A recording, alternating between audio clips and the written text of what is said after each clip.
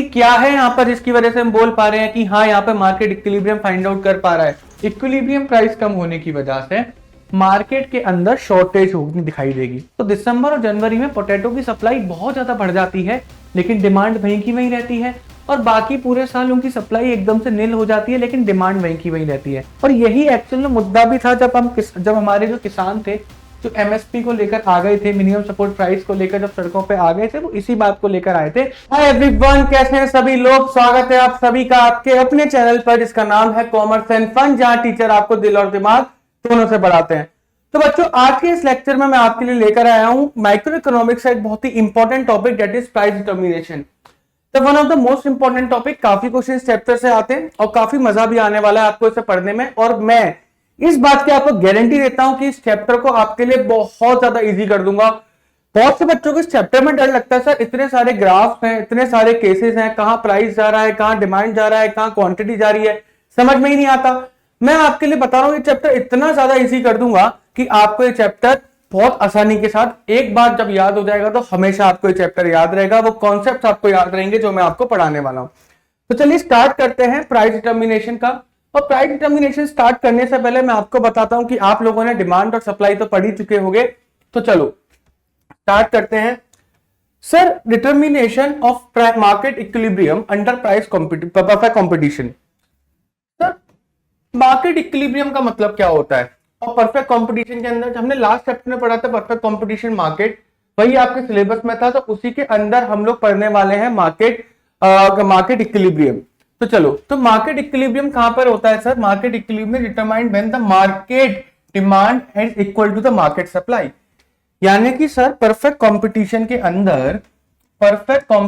के अंदर हमारा मार्केट इक्विलिब्रियम कहां पर आएगा? मार्केट इक्विलिब्रियम हमारा उस जगह पर आएगा जिस जगह पर आपका मार्केट डिमांड बराबर हो जाएगा मार्केट सप्लाई के। मार्केट डिमांड बराबर हो जाएगा मार्केट सप्लाई के। उस पॉइंट पर आपको जाकर मार्केट इक्विलिब्रियम मिल जाएगा। उस पॉइंट पर बच्चों आपको जाकर मार्केट इक्विलिब्रियम मिल जाएगा। चलो स्टार्ट करते हैं फिर। तो मार्केट इक्विलिब्रियम कहां पर मिलेगा? सर, जहां पर मार्केट डिमांड बराबर हो जाएगा मार्केट सप्लाई के। इसका एक शेड्यूल बना लेते हैं तब आपको समझ में आ जाएगा। इसका शेड्यूल बना लेते हैं तब आपको समझ में आ जाएगा। चलो, शेड्यूल और ग्राफ हम लोग समझ के देखते हैं, आपको बहुत अच्छे से क्लियर हो जाएगा।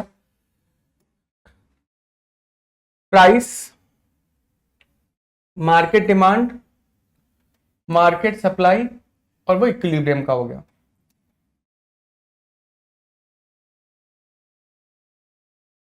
ये आपका बच्चों प्राइस है, this is a market demand,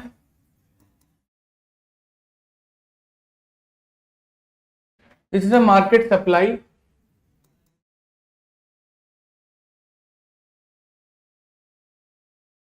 and this is conditions या फिर केसेस आप लिख सकते हो।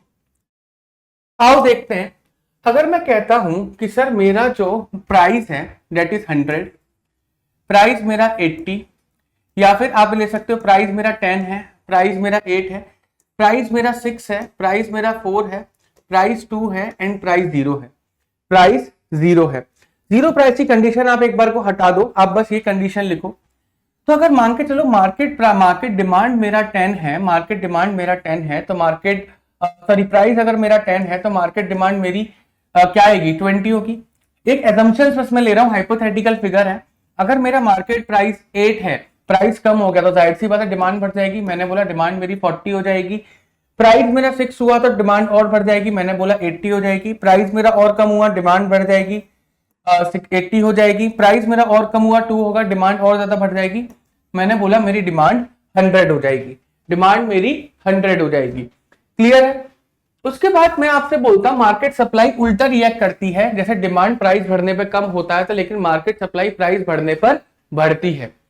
तो अगर मेरा प्राइस 10 है तो मैंने बोला सबसे ज्यादा 100 यहां पर सप्लाई करी जाएगी। फिर प्राइस कम हुआ तो मार्केट सप्लाई और कम होगी, 80 हो गई। प्राइस कम हुआ, मार्केट सप्लाई और कम हो गई। प्राइस और कम हुआ, मार्केट सप्लाई और कम हो गई। प्राइस और कम हुआ, मार्केट सप्लाई और कम हो गई।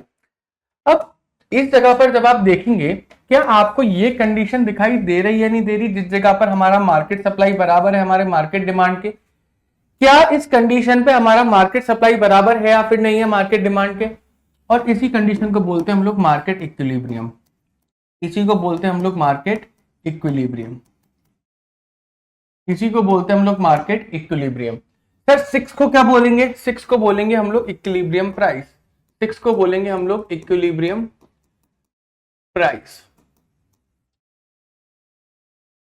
और सर 60 को क्या बोलेंगे? 60 हम लोग के लिए हो जाएगी इक्विलिब्रियम क्वांटिटी। इक्विलिब्रियम क्वांटिटी,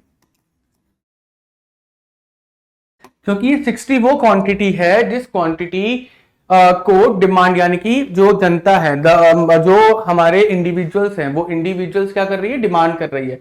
तो सर 6 रुपए एक ऐसा प्राइस है जिस प्राइस के ऊपर सप्लायर्स भी 60 क्वांटिटी बनाने को रेडी हैं और मार्केट के अंदर डिमांड यानी कि खरीदने वाले बायर्स भी 60 क्वांटिटी खरीदने को रेडी हैं। तो जितना खरीदने के लिए रेडी है उतना बेचने के लिए रेडी है, तो सर ठीक है ना, मार्केट के अंदर ना ही कोई वेस्टेज होगी ना ही कोई शॉर्टेज वाली कंडीशन बनेगी। अगर ज्यादा बना देते, सप्लाई ज्यादा हो जाती और खरीदने वाले कम होते तो सर मार्केट के अंदर एक्सेस सप्लाई हो जाती, यानी कि वेस्टेज के होने के चांसेस थे। ज्यादा बन गया, अब क्या होगा? वेस्ट ही होगा। अगर मार्केट, चलो मार्केट के अंदर डिमांड ज्यादा है, सप्लाई कम है, ये एक्सेस डिमांड की सिचुएशन हो गई और वहां पे आपकी शॉर्टेज की कंडीशन आपको देखने को मिल जाएगी। तो वो यहां पर भी दिखाई दे रहा है। अगर हम यहां पर देखेंगे तो आप अगर इस कंडीशन को देखो, ये कंडीशन कौन सी होती है? This is excess supply. ये कंडीशन कौन सी होती है? Excess supply. क्यों है एक्सेस सप्लाई? क्योंकि यहां पर सप्लाई ज्यादा है, डिमांड कम है और इस कंडीशन में वेस्टेज होने के चांसेस है। वेस्टेज होने के चांसेस हैं। सर ये कंडीशन कौन सी है? जहां पर आपकी डिमांड यानी कि एक्सेस डिमांड की कंडीशन है, डिमांड ज्यादा है सप्लाई से, डिमांड ज्यादा है सप्लाई से। तो जिस जगह पर आपकी डिमांड आपकी सप्लाई से ज्यादा हो वहां पर आपके शॉर्टेज होने के चांस है। खरीदने वाले ज्यादा हैं, बेचने के लिए गुड्स कम हैं, तो जाहिर सी बात है शॉर्टेज आपको महसूस होगी। क्लियर है? कोई प्रॉब्लम इसके अंदर? तो अगर एग्जाम में आता है तो ये कंडीशन, ये डेफिनेशन और उसके बाद क्या बोलते हैं, ये एक टेबल बनाया ना और उसके बाद आपको एक ग्राफ और बता रहा हूं वो जरूर बनाकर आना, ठीक है? तभी आपको फुल मार्क्स मिलेंगे। ग्राफ बहुत ज्यादा इजी है, आपको पता है मार्केट डिमांड जो है डाउनवर्ड फॉलिंग होता है, ऊपर से नीचे की तरफ आता है मार्केट डिमांड का कर्व। मार्केट डिमांड का कर्व जो है वो ऊपर से नीचे की तरफ आता है। वहीं पर मार्केट सप्लाई का कर्व नीचे से ऊपर की तरफ जाता है। तो दिस इज योर सप्लाई, ये आपकी सप्लाई हो गई, ये आपकी डिमांड हो गई। क्लियर है? और जिस पॉइंट पर ये बराबर है यानी कि ये वाला जो पॉइंट आया, इस पॉइंट पर ये बराबर है, तो this is a point of market equilibrium. ये पॉइंट आपका क्या बना? This is a point of market equilibrium. तो इस पॉइंट पे क्या है, क्योंकि हमारे वाई एक्सिस पे प्राइस लेते हैं तो ये पी जो आया this is called the equilibrium price, और एक्स एक्सिस पे क्योंकि हम क्वांटिटी लेते हैं तो इस पे जो क्वांटिटी निकल कर आया that is our equilibrium quantity. अगर हम एग्जांपल के तौर पे समझे तो हमारा प्राइस 6 रुपए था, हमारी क्वांटिटी कितनी थी? 60 थी। तो this is the market equilibrium price and the equilibrium quantity. तो जिस पॉइंट पर मार्केट और सप्लाई और डिमांड, मार्केट सप्लाई और मार्केट डिमांड क्या हो जाए? बराबर हो जाए, वही हमारा क्या होता है? मार्केट इक्विलिब्रियम होता है। सो this is a point of market equilibrium. कोई प्रॉब्लम इसमें नहीं। सर इससे ऊपर वाली कंडीशन क्या होगी? ये क्या होगी? This is a excess supply. ये क्या है sir? This is a excess supply, this is a point of excess supply. Sir ये क्या होगा? This is a point of excess demand. यहां पर क्या है? आपकी डिमांड ज्यादा है, this is a point of excess demand. कोई प्रॉब्लम इसमें? कोई प्रॉब्लम इसमें? आई गेस नहीं है। तो आप ऐसा बनाकर आएंगे, आपको पूरे पूरे नंबर इसमें मिलने वाले हैं। चलो नेक्स्ट पढ़ते हैं important points about market equilibrium under perfect competition. भैया लास्ट चैप्टर में हमने पढ़ा था अंडर द परफेक्ट कंपटीशन जो फर्म होती है, ईच फर्म यानी कि जो सिंगल फर्म होती है is a price taker. Single firm जो है मार्केट के लिए इनसिग्निफिकेंट होती है, उसके आने से या जाने से मार्केट के ऊपर कोई फर्क नहीं पड़ रहा, ना ही वो इतनी उसके पास पावर होती है कि वो मार्केट के अंदर प्राइस को इन्फ्लुएंस कर सके। तो सिंगल फर्म को वही प्राइस टेक ओवर करना पड़ता है जो मार्केट में चल रहा है, इसी वजह से इसको प्राइस टेकर भी बोलते हैं। और जो प्राइस बनाता कौन है सर? प्राइस बनाती है पूरी मार्केट यानी कि इंडस्ट्री। तो इंडस्ट्री क्या होती है? आपकी प्राइस मेकर होती है। हमने यही लास्ट उसमें देखा था प्राइस टेकर का, जब हम ग्राफ पढ़ रहे थे तो हमने देखा था डिमांड और सप्लाई जहां पर टकराई थी that is the market demand and the market supply.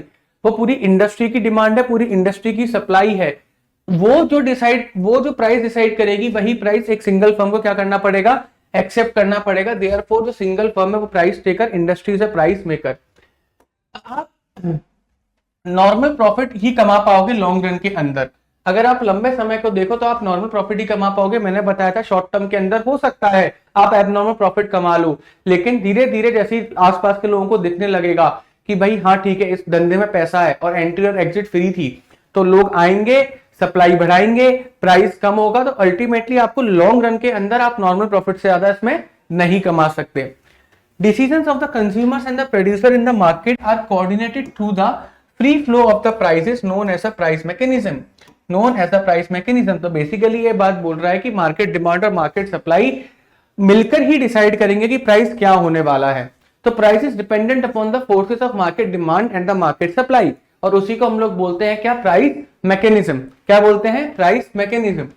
It is assumed, यहाँ पर एज्यूम करा जाएगा कि लॉ ऑफ डिमांड और लॉ ऑफ सप्लाई दोनों ऑपरेट हो रहे हैं। तभी तो बेटा मार्केट डिमांड ऊपर से नीचे की तरफ आ रहा है, यानी कि प्राइस बढ़ने पर डिमांड कम हो रहा है और प्राइस कम होने पर डिमांड बढ़ रहा है, और वहीं पर मार्केट सप्लाई नीचे से ऊपर जा रहा है, यानी कि प्राइस कम होने पर सप्लाई कम हो रहा है, प्राइस बढ़ने पर सप्लाई बढ़ रहा है। तो लॉ ऑफ सप्लाई और लॉ ऑफ डिमांड यहाँ पर दोनों बहुत अच्छे से क्या हो रहे हैं, अप्लाई हो रहे हैं। Equilibrium price is the price at which the quantity demanded of a commodity is equal to the quantity supplied. तो सर इक्विलिब्रियम प्राइस कौन सा प्राइस है, ये पी जो है, जो हमारा 6 निकाला था हमारे एग्जांपल में, 6 प्राइस कौन सा प्राइस है, जहां पर मार्केट डिमांड भी 60 थी और मार्केट सप्लाई भी 60 थी, यानी कि आपकी मार्केट डिमांड इक्वल होगी आपकी मार्केट सप्लाई के। At equilibrium price there is neither shortage not excess of demand and supply. और इक्विलिब्रियम प्राइस पर जो इक्विलिब्रियम प्राइस निकल कर आया तो इक्विलिब्रियम भी वहीं पर होगा, तो उस कंडीशन में ना ही आपकी शॉर्टेज की कंडीशन बनेगी, ना ही आपकी एक्सेस सप्लाई की यानी कि वेस्टेज की कंडीशन बनेगी। इक्विलिब्रियम क्वांटिटी वो क्वांटिटी है कि वो क्वांटिटी जो क्वांटिटी डिमांड भी करी जाए और वो क्वांटिटी सप्लाई भी करी जाए एट द इक्विलिब्रियम प्राइस, यानी कि सर 60 आपकी वो क्वांटिटी है जिसकी की डिमांड भी 60 निकल कर आ रही है, सप्लाई भी 60 ही है, और वो इक्विलिब्रियम का कंडीशन फुलफिल कर रहा है। ये क्लियर है सभी को? कोई इसके अंदर प्रॉब्लम बताओ, कोई इसके अंदर प्रॉब्लम? नो सर, कोई प्रॉब्लम इसके अंदर नहीं है। नेक्स्ट पढ़ते हैं हम लोग, देखते हैं बच्चों एक्सेस डिमांड। एक्सेस डिमांड क्या होता है बच्चों? एक्सेस डिमांड क्या होता है, देखो समझ के देखना। एक्सेस डिमांड क्या होता है इसको समझ के देखना। मान के चलो this is your X axis, this is your origin, and x axis के ऊपर आपकी क्वांटिटी आती है और वाई एक्सिस के ऊपर आपका प्राइस आता है, ठीक है। मैंने बोला कि sir this is your demand and this is your supply. ये सप्लाई है आपकी, ये आपकी सप्लाई है एंड ये आपका डिमांड है। सर ये कौन सा पॉइंट है? ये पॉइंट है market equilibrium. So this is a E, इसे मैं ई से डिनोट कर सकता हूं, दैट इज मार्केट इक्विलिब्रियम। और सर ये क्या है? This is your market, this is your equilibrium price, and sir ये क्या है? This is your equilibrium quantity. ये क्या है आपकी? This is your equilibrium quantity. So this is the equilibrium price and this is the equilibrium quantity. ये normal condition निकलती है। सर एक्सेस डिमांड कहां पर बनेगा? सर एक्सेस डिमांड कहां पर बनेगा, चलो एक बार देखते हैं। एक्सेस डिमांड की जो सिचुएशन बनेगी वो इस जगह पर बनेगी। This is situation of the excess demand. Excess demand की सिचुएशन आपकी इस जगह पर बनेगी। अब थोड़ा ध्यान से देखना। मान के चलो मैंने एक लिया प्राइस P1। अब P1 जो है इक्विलिब्रियम प्राइस से कम है, इक्विलिब्रियम प्राइस से कम है, यानी कि सप्लायर कम क्वांटिटी बनाने को रेडी रहेंगे। सप्लायर जो क्वांटिटी बनाएंगे वो Q1 बनाएंगे, लेकिन क्योंकि प्राइस कम है तो डिमांड ज्यादा हो जाएगी। प्राइस कम है तो क्या बच्चों क्वांटिटी डिमांडेड ज्यादा हो जाएगी नहीं, या फिर नहीं हो जाएगी? तो यहां से ये पता लगा कि ए P1 के ऊपर हमारा जब प्राइस P1 था तो उस P1 के ऊपर हमारी क्वांटिटी डिमांडेड जो थी वो क्वांटिटी सप्लाइड से कम ज्यादा थी। डिमांड यहां पर ज्यादा हो रही है, तभी तो इस कंडीशन को हमने एक्सेस डिमांड रखा, तभी तो इस कंडीशन को एक्सेस डिमांड रखा। द पॉइंट इज सर, जब इस सिचुएशन पर हमारा मार्केट होगा, जब हमारा मार्केट इस सिचुएशन पर होगा तो हम क्या करेंगे? जब हमारा मार्केट इस सिचुएशन पर होगा तो हम क्या करेंगे? थोड़ा सा दिमाग लगाओ। मैं बोलता हूं कि यहां पर कंपटीशन किसके बीच में होगा? यहां पर संख्या किसकी ज्यादा है? बेचने वालों की ज्यादा है या खरीदने वालों की ज्यादा है? सर खरीदने वालों की ज्यादा है। अगर मैं आपसे बोलता हूं कि बेचने के लिए 100 यूनिट है लेकिन खरीदने के लिए 500 तैयार हैं, यानी कि डिमांड 500 यूनिट की है लेकिन सप्लाई 100 यूनिट्स की है, तो इन दैट केस क्या होगा कि कंपटीशन अराइज हो जाएगा बिटवीन द बायर्स। बायर्स के बीच में कंपटीशन हो जाएगा और बायर्स ज्यादा पैसे देकर, जब भी बायर्स के बीच में कंपटीशन होगा तो बायर्स ज्यादा पैसे देकर उस कमोडिटी को खरीदना स्टार्ट करेंगे, जैसे कि ऑक्शन के अंदर होता है। ऑक्शन के अंदर कमोडिटी क्या होती है, एक या दो होती है। जैसे अभी हमने देखा है आईपीएल का ऑक्शन था, वहां पे कमोडिटी लिमिटेड थी, बात ही समझ में नहीं आई, खरीदने वाले ज्यादा थे, तो क्या हुआ, दे कॉम्पीट विद ईच अदर, खरीदने के लिए और कंपटीशन के लिए वो ज्यादा पैसे देने को तैयार होते हैं। तो अल्टीमेटली क्या होगा सर, प्राइस राइज कर जाएगा। प्राइस क्या कर जाएगा, राइज कर जाएगा। और प्राइस कहां तक राइज करेगा, प्राइस इक्विलिब्रियम प्राइस तक राइज करेगा। तो अल्टीमेटली जो बायर्स के बीच में कंपटीशन अराइज हुआ, उस कंपटीशन की वजह से प्राइस राइज करा, and price will rise up to the limit of equilibrium price. तो मार्केट जो है अपने आप ही इक्विलिब्रियम के ऊपर आ जाएगा, मार्केट अपने आप ही इक्विलिब्रियम के ऊपर आ जाएगा। ये सब क्लियर है, ठीक है। तो एक्सेस डिमांड के केस में जो कंपटीशन अराइज होता है वो बायर्स के बीच में होता है। नेक्स्ट आता है एक्सेस सप्लाई। नेक्स्ट आता है बच्चों आपका एक्सेस सप्लाई। अब एक्सेस सप्लाई में जब आप देखेंगे तो एक्सेस सप्लाई में this is your X Y origin, this is your Y axis, यहां पर आपका प्राइस आता है, इधर आपकी क्वांटिटी आती है। क्लियर है। अगर आप यहां पर देखेंगे तो this is your market demand, market demand not the individual demand, this is your market supply, तो this is your supply, this is your demand. जिस पॉइंट पर टकराए this is a point of equilibrium, ये equilibrium का point है। अगर आप यहां पर देखोगे तो this is your equilibrium price and this is your equilibrium quantity, तो this is your equilibrium price and this is your equilibrium quantity. अब यहां पर देखना सर, जो मार्केट के अंदर, जो मार्केट के अंदर एक्सेस सप्लाई की सिचुएशन बनी वो कहीं इधर बनेगी, हाँ या ना। यानी कि एक्सेस सप्लाई की जो सिचुएशन बनी वो प्राइस P1 पे बनी, यानी कि जैसे ही प्राइस इक्विलिब्रियम से ऊपर चला गया, दिस इज इक्विलिब्रियम प्राइस, जैसे ही प्राइस इक्विलिब्रियम प्राइस से ऊपर चला गया, इसका मतलब प्राइस बढ़ने की वजह से डिमांड क्या हो गई सर, डिमांड हमारी कम हो गई। डिमांड क्या हो गई सर, डिमांड हमारी कम हो गई, यानी कि डिमांड जो निकल कर आई डेट इज द Q1। और हमारी सप्लाई क्या हो गई सर, हमारी सप्लाई बढ़ गई डेट इज द Q2। तो यहां पर आप देखकर क्लियरली समझ पा रहे होंगे, यहां पर आप देखकर क्लियरली समझ पा रहे होंगे, क्लियरली आप समझ पा रहे होंगे कि सप्लाई, क्वांटिटी सप्लाइड ज्यादा है, क्वांटिटी डिमांड से। तो एक्सेस डिमांड के केस में क्वांटिटी सप्लाइड ज्यादा है, क्वांटिटी डिमांड से। बातें समझ में। इस सिचुएशन में क्या होगा, इस सिचुएशन में बेचने वाले ज्यादा है, खरीदने वाले कम है, तो कंपटीशन किसके बीच में अराइज होगा, कंपटीशन यहां पर सप्लायर्स, सेलर्स के बीच में अराइज होगा। और उस कंपटीशन से जूझने के लिए सेलर्स क्या करेंगे, सस्ता बेचना स्टार्ट करेंगे, सस्ता बेचना स्टार्ट करेंगे, यानी कि प्राइस फॉल होकर वो सस्ता तब तक बेचेंगे जब तक उनकी सप्लाई डिमांड के बराबर ना आ जाए।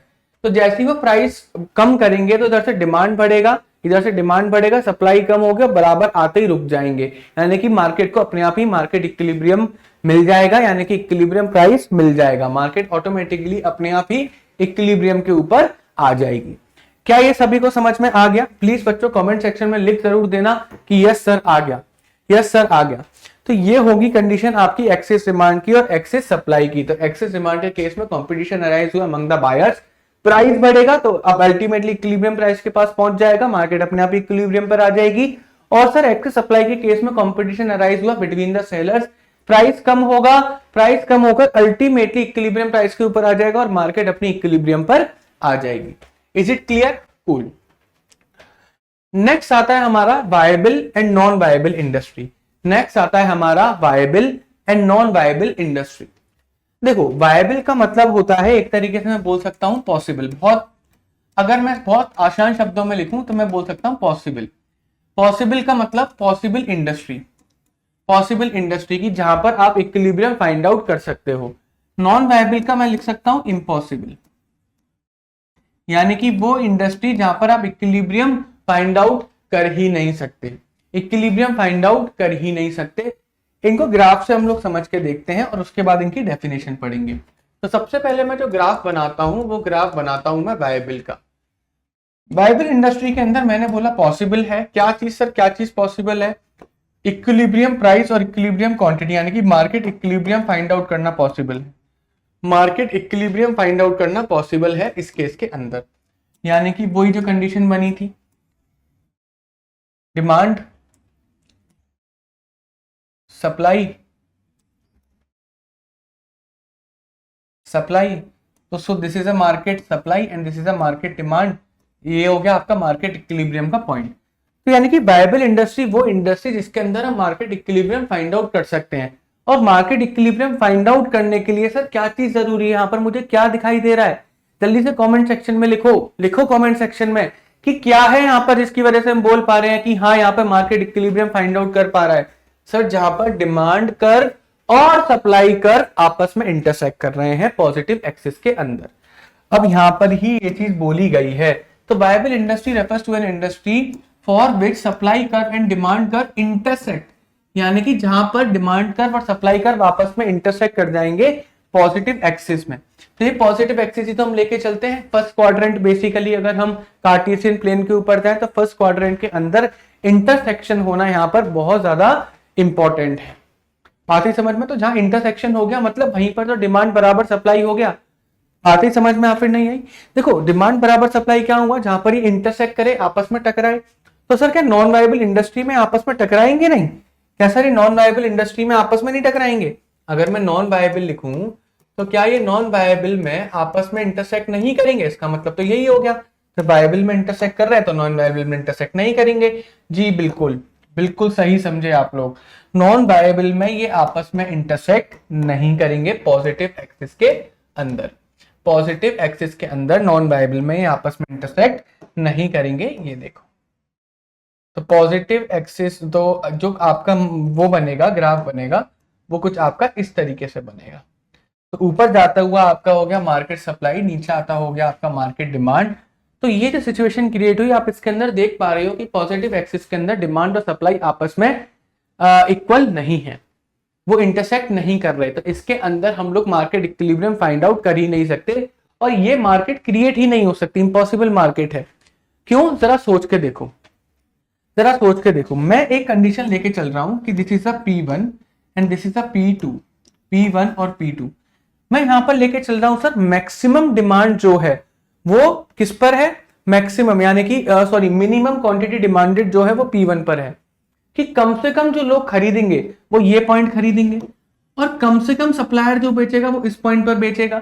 यानी कि सर प्राइस, जिस प्राइस पॉइंट, ऐसे प्राइस पॉइंट यहां पर देखने को मिल रहे हैं कि सप्लायर कम से कम सप्लाई भी करेगा वो भी मैक्सिमम डिमांड से ज्यादा होगा, वो भी मैक्सिमम डिमांड से ज्यादा होगा। फॉर एग्जांपल अगर मैं यहां पर बोलता हूं कि भैया डिमांड कम से कम भी होगी वो भी मैक्सिमम सप्लाई से कम होगी, और यही बात यहां पर बोली भी गई है, यही बात यहां पर बोली भी गई है। पढ़ो, तो non viable industry refers to an industry, वो इंडस्ट्री है for which supply curve and the demand curve never intersect each other in the positive axis. ये बहुत इंपॉर्टेंट है, लिखकर आना पॉजिटिव एक्सिस, क्योंकि यहाँ पर हम लोग फर्स्ट क्वाड्रेंट की बात कर रहे हैं। सेकंड क्वाड्रेंट में तो जाकर डेफिनेटली इंटरसेक्ट कर जाएंगे, लेकिन पॉजिटिव क्वाड्रेंट में इंटरसेक्ट करने चाहिए। In non viable industry supply curve lies above the demand curve. Supply curve आप देख पा रहे होगे डिमांड कर्व के ऊपर ही है, सप्लाई कर्व जो है डिमांड कर्व के ऊपर ही है। क्लियर है? As price is too high for the consumers.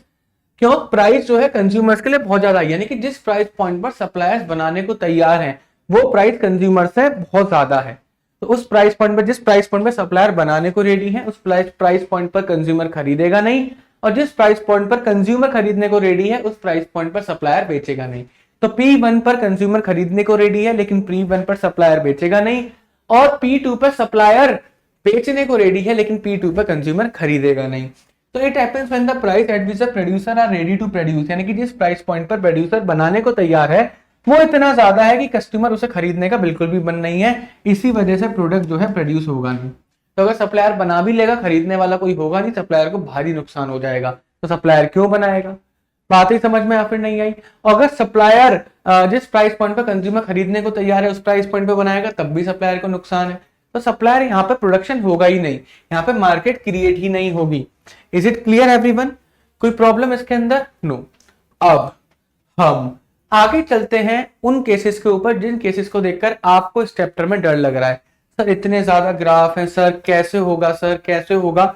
चलो मैं आपको लेके चलता हूं उन्हीं पॉइंट के ऊपर और इतना इजीली मैं आपको समझाऊंगा, एक बार में आपको समझ में आ जाएगा। Cases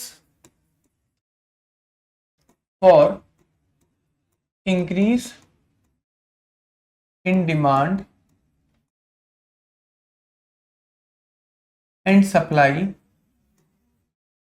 increase and decrease in demand and supply. तो सर मार्केट इक्विलिब्रियम पर अगर डिमांड और सप्लाई में आपको इंक्रीज या डिक्रीज दिखाई देता है, तो उस केस में हम लोग क्या करेंगे, तो वो समझना बहुत ज्यादा इंपॉर्टेंट है। और उसके कुछ केसेस बनते हैं, कुछ 20 to 25 26 केसेस बनते हैं। देखो सर 25 26 केसेस सर इतने डिफिकल्ट सर, अरे बहुत इजी है। इधर देखो, पहला बनता है हमारा चेंज इन डिमांड की डिमांड बढ़ गया, सिर्फ और सिर्फ डिमांड बढ़ गया। चेंज इन डिमांड में सप्लाई पे इफेक्ट नहीं आएगा। दूसरा बनेगा सर चेंज इन सप्लाई, अगर सर सप्लाई में चेंज है तो सर डिमांड में कोई भी चेंज नहीं होगा, तो सिर्फ डिमांड में चेंज है, सिर्फ सप्लाई में चेंज है। ये दो केसेस। थर्ड केसेस है change in both demand and supply, दोनों में चेंज है, बोथ डिमांड एंड सप्लाई, दोनों के अंदर चेंज है। और फिर लास्ट में आता है हमारे क्या, स्पेशल केसेस। लास्ट में क्या आता है हमारे, स्पेशल केस। तो अगर हम यहां पर देखेंगे तो डिमांड में क्या चेंज होगा सर, या तो इंक्रीज इन डिमांड या डिक्रीज इन डिमांड, या तो इंक्रीज इन डिमांड, मैं शॉर्ट में थोड़ा लिखूंगा, या डिक्रीज इन डिमांड, या तो डिमांड बढ़ जाएगा या डिमांड कम हो जाएगा। बात आ गई समझ में। चेंज इन सप्लाई में वही, या तो इंक्रीज इन सप्लाई या डिक्रीज इन सप्लाई, या तो इंक्रीज इन सप्लाई या डिक्रीज इन सप्लाई।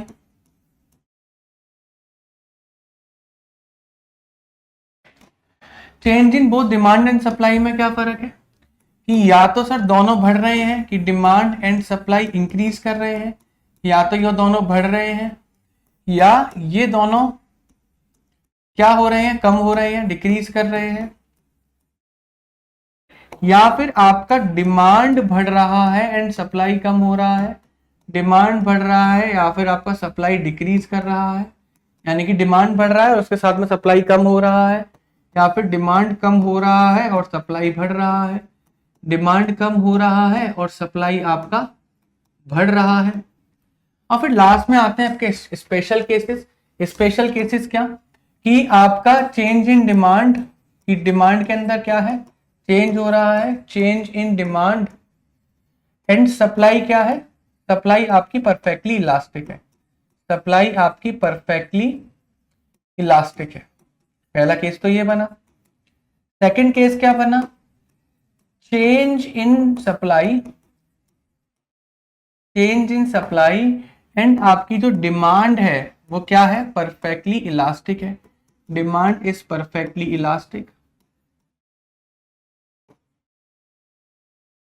नेक्स्ट क्या बना आपका कि आपका चेंज इन डिमांड है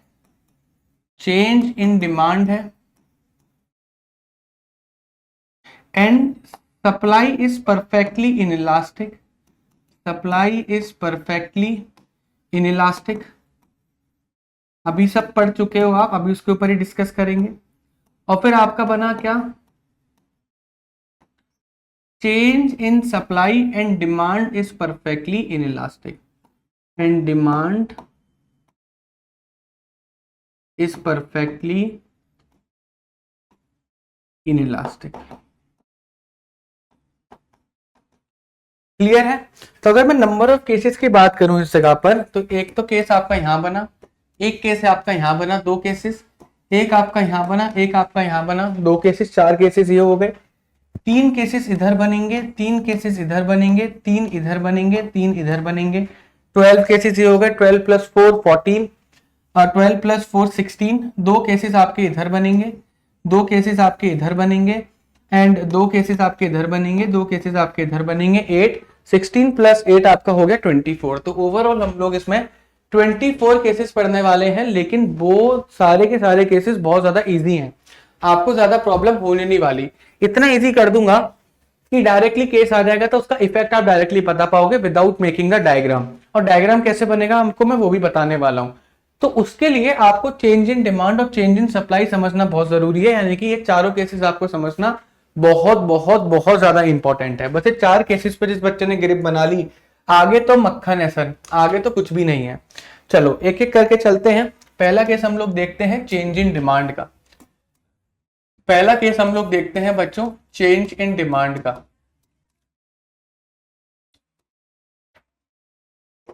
चेंज इन डिमांड के अंदर अगर मैं केस नंबर 1 पढ़ूंगा तो केस नंबर 1 में क्या लिख सकता हूं, इंक्रीज इन डिमांड की डिमांड बढ़ रही है, सप्लाई वहीं की वहीं है। इंक्रीज इन डिमांड, डिमांड बढ़ रही है और सप्लाई जो है वहीं की वहीं है। ठीक है, आ जाओ। तो इधर देखना ध्यान से, this is your origin, this is your Y axis and this is your X axis. यहाँ पर आपकी क्वांटिटी आती है, यहाँ पर आपकी क्वांटिटी आती है और इधर आपका प्राइस आता है। मैं बोलता हूं सर डिमांड कर्व जो आपका बनता है, डिमांड कर्व जो आपका बनता है वो आपका ये बनता है।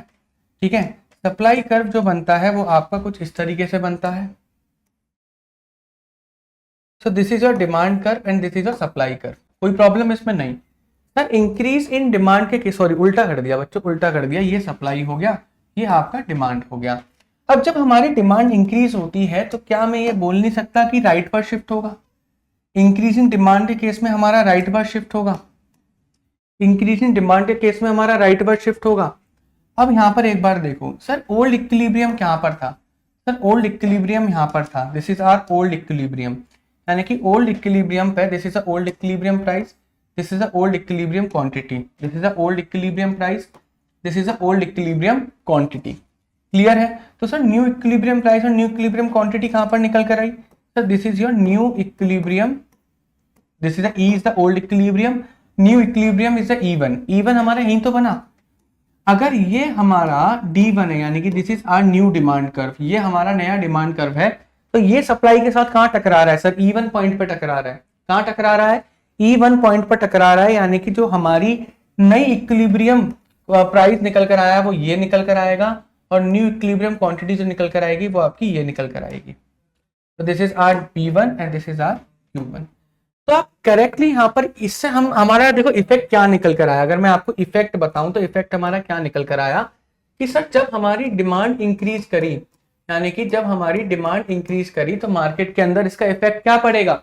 डिमांड इंक्रीज होने पर प्राइस बढ़ जाएगा और क्वांटिटी दोनों बढ़ जाएगा, यानी कि डिमांड में भी इंक्रीमेंट है तो इक्विलिब्रियम प्राइस और इक्विलिब्रियम क्वांटिटी में क्या इफेक्ट पड़ेगा? इक्विलिब्रियम प्राइस और इक्विलिब्रियम क्वांटिटी पे क्या इफेक्ट पड़ेगा? सर इक्विलिब्रियम प्राइस भी बढ़ जाएगा और इक्विलिब्रियम क्वांटिटी भी बढ़ जाएगी, इक्विलिब्रियम प्राइस भी बढ़ जाएगा और इक्विलिब्रियम क्वांटिटी भी बढ़ जाएगी। तो इसका इफेक्ट क्या होगा कि सर जो इक्विलिब्रियम प्राइस यानी कि P increases to P1, P जो है वो बढ़ के क्या हो जाएगा?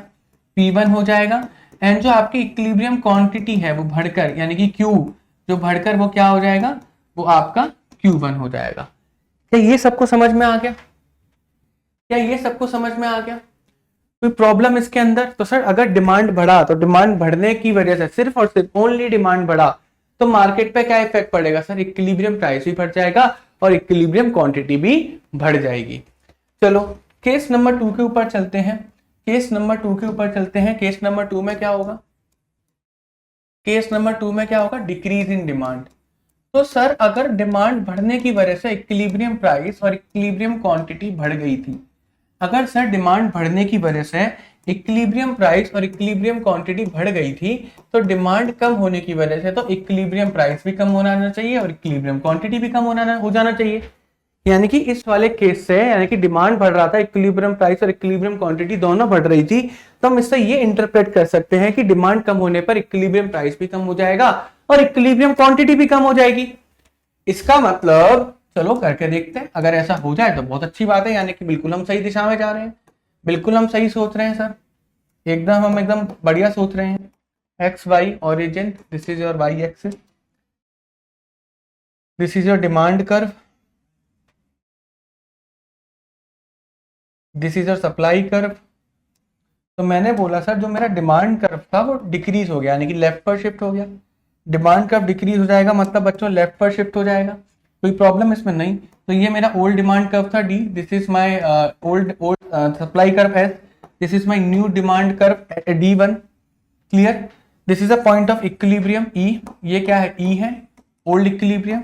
यहाँ पर नया डिमांड कर्व सप्लाई कर्व टकरा रहे हैं, यानी कि this is a point of new equilibrium E1। तो हमारा ओल्ड इक्विलिब्रियम किधर निकला सर? हमारा ओल्ड इक्विलिब्रियम ये रहा, this is our old equilibrium. Old equilibrium price P और ओल्ड इक्विलिब्रियम क्वांटिटी Q। तो सर न्यू इक्विलिब्रियम क्या है? This is your new equilibrium. तो this is our new equilibrium price and this is our new equilibrium quantity. Sir यहाँ तो साफ साफ देखने पे पता लग रहा है कि हमारी क्वांटिटी भी डिक्रीज हो गई और हमारा प्राइस भी डिक्रीज हो गया। सर ये कंडीशन तो बिल्कुल काम में कर गई सर। बस यही बात ध्यान रखनी है, अगर आपका डिमांड बढ़ रहा होगा तो आपकी इक्विलिब्रियम प्राइस भी बढ़ेगा और आपकी इक्विलिब्रियम क्वांटिटी भी बढ़ेगी, और आपका डिमांड कम हो रहा होगा तो आपकी इक्विलिब्रियम प्राइस भी कम होगा और आपकी इक्विलिब्रियम क्वांटिटी भी कम होगी। तो एक बात तो आप सीख गए, ये तो आपके समझ में आ गया। तो आप कैसे लिखोगे? तो सर P डिक्रीजेस, यहाँ पे डिक्रीज हो रहा है, तो P decreases to P1, P decreases to P1 and quantity equilibrium quantity decreases to Q1। Clear है सभी को? कोई प्रॉब्लम इसके अंदर? No sir. नेक्स्ट जो केस आता है वो केस आता है आपका चेंज इन सप्लाई। नेक्स्ट जो केस आता है दैट इज आपका चेंज इन सप्लाई। नेक्स्ट जो केस आता है that case is a change in supply. अब चेंज इन सप्लाई के केस में क्या होगा? चेंज इन सप्लाई के केस में क्या होगा देखना। तो इसके अंदर पहला हम लोग केस पहले लिखते लो कि इंक्रीज इन सप्लाई। हम क्या करने वाले हैं? Increase in supply, increase in supply. चलो आओ, इंक्रीज इन सप्लाई मतलब सप्लाई का राइटवर्ड शिफ्ट होगा, सप्लाई कर्व हमारा राइटवर्ड शिफ्ट होगा। तो this is your demand curve, this is your supply curve.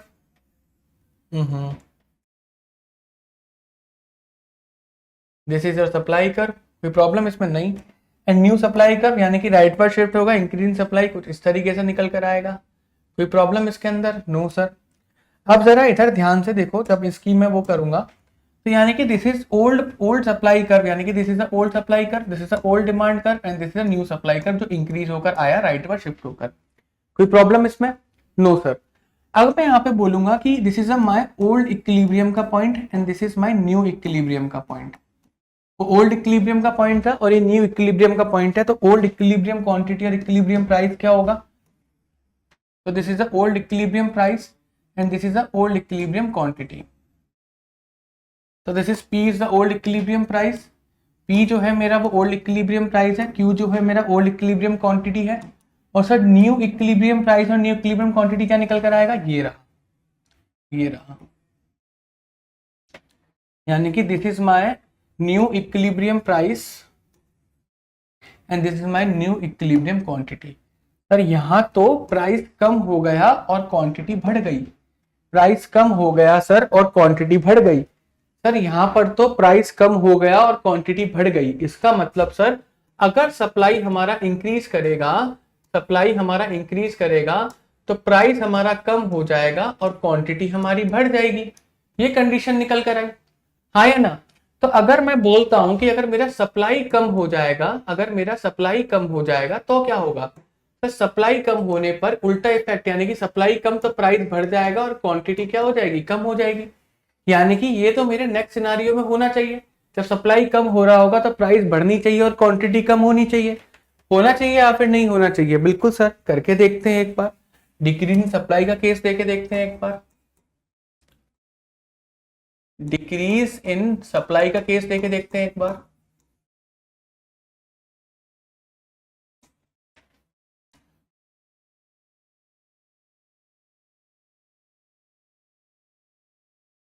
आओ देखो भाई, देखो ग्राफ तो सबसे पहले आपको वो इक्विलिब्रियम वाला बनाना ही है, वो तो आपका ग्राफ हमेशा बनेगा ही बनेगा, उसमें तो कोई भी संदेह है ही नहीं, वो तो आपका बनेगा ही बनेगा, ठीक है। तो this is your demand, this is your supply and this is your new equilibrium supply जो हमने लेफ्ट पर शिफ्ट कर दिया। This is your new equilibrium, old equilibrium. This is the new equilibrium. E1 is the new equilibrium. This is a new supply. This is the old supply. Left पर shift कर गई यानी कि decrease हो गई, ठीक है। This is the demand curve अगर इसमें से मैं जाकर देखता हूं तो this is the point of old equilibrium and this is the new equilibrium, यानी कि this is my old equilibrium price and this is my new equilibrium quantity. अगर इसको मैं जब चेंज आया यानी कि न्यू इक्विलिब्रियम पॉइंट पर क्या है, this is the new equilibrium price and this is the new equilibrium quantity, कि सर मेरा प्राइस इंक्रीज कर गया और क्वांटिटी मेरी क्या हो गई, डिक्रीज कर गई। तो सर हाँ, कंडीशन बिल्कुल सेटिस्फाई कर रही है कि सप्लाई बढ़ने की वजह से प्राइस मेरा कम हो गया, और क्वांटिटी मेरी बढ़ गई। क्या दिक्कत है, इस बोर्ड में चल क्यों नहीं रहा ये? सप्लाई मेरी बढ़ गई, प्राइस मेरा कम हो गया, क्वांटिटी मेरी बढ़ गई। क्या सर ये कंडीशन अप्रूव कर रही है या फिर नहीं कर रही? क्या ये सर कंडीशन अप्रूव कर रही है या फिर नहीं कर रही? बिल्कुल सर, बिल्कुल एग्जैक्टली ये कंडीशन आपकी अप्रूव कर रही है। बिल्कुल सर, ये कंडीशन बिल्कुल आपकी काम में कर रही है। तो अभी तक हमने ना क्या चीजें सीखी? अभी तक हमने डिमांड और सप्लाई का सीखा कि सिर्फ और सिर्फ जब डिमांड में चेंज होगा तब क्या होगा, सिर्फ और सिर्फ सप्लाई में चेंज होगा तब क्या होगा। तो हमने सीखा कि अगर हमारा डिमांड बढ़ेगा तो प्राइस भी बढ़ेगा और क्वांटिटी भी बढ़ेगी। अगर हमारा डिमांड कम होगा तो हमने सीखा सर प्राइस भी कम होगा और क्वांटिटी भी कम होगी। लेकिन जब हमारा सप्लाई इंक्रीज करेगा तो प्राइस कम होगा और क्वांटिटी बढ़ेगी, और अगर हमारा सप्लाई कम करेगा तो प्राइस बढ़ेगा और क्वांटिटी हमारी कम होगी। ये बात बस आपको याद रखनी है, ये चार कॉन्सेप्ट अगर आपको याद होगा, समझ लिए आपने अच्छे से, तो समझ लो ये चैप्टर का आपका 80% पोर्शन कंप्लीट। बिल्कुल सर, बिल्कुल 80% पोर्शन आपका कंप्लीट हो गया इस चैप्टर के अंदर। बिल्कुल 80% पोर्शन आपका कंप्लीट हो गया। बात ही समझ में क्लियर है? चलो आगे चलते हैं।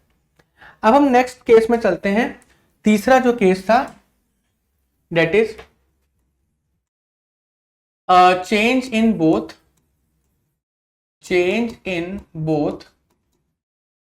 demand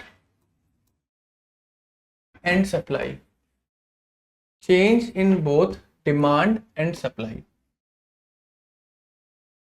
इसके अंदर पहला हम लोग लेके चलते हैं क्या, increase in demand and increase in supply.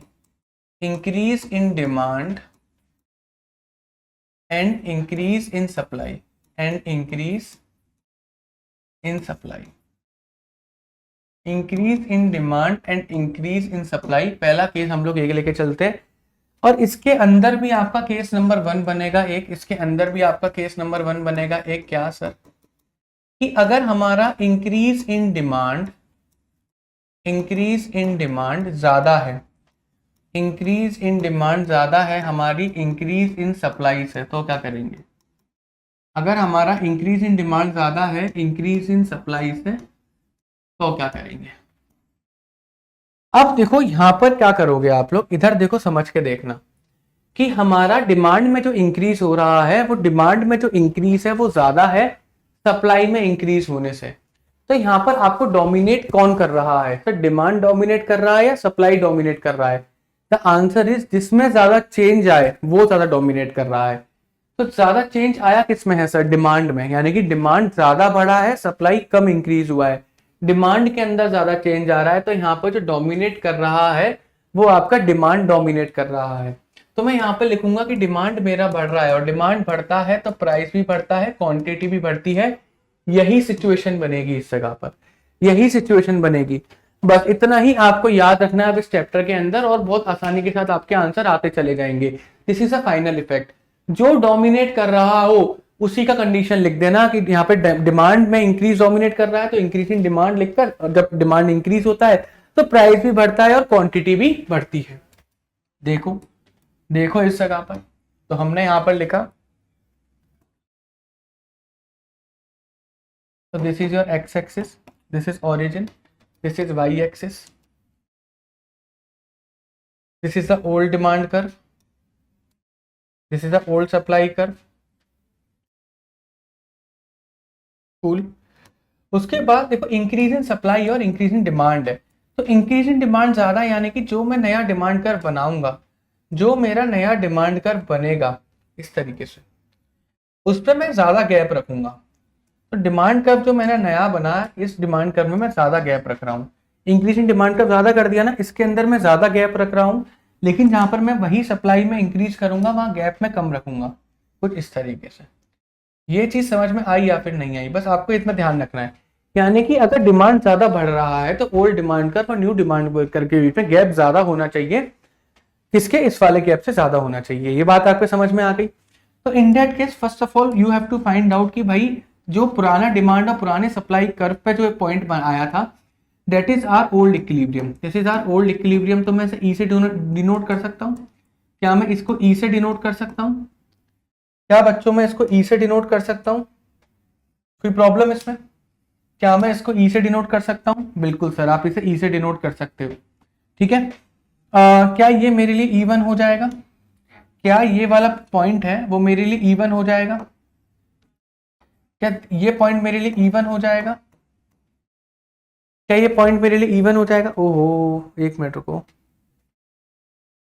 ऐसा ये न्यू इक्विलिब्रियम का पॉइंट है, क्या ये मेरे लिए इवन हो जाएगा? कोई प्रॉब्लम नहीं सर, बिल्कुल इवन हो जाएगा। अब यहाँ पर जरा ध्यान से देखो कि ओल्ड इक्विलिब्रियम पर देखो, ओल्ड इक्विलिब्रियम प्राइस कितना निकल कर आया, ये निकल कर आया।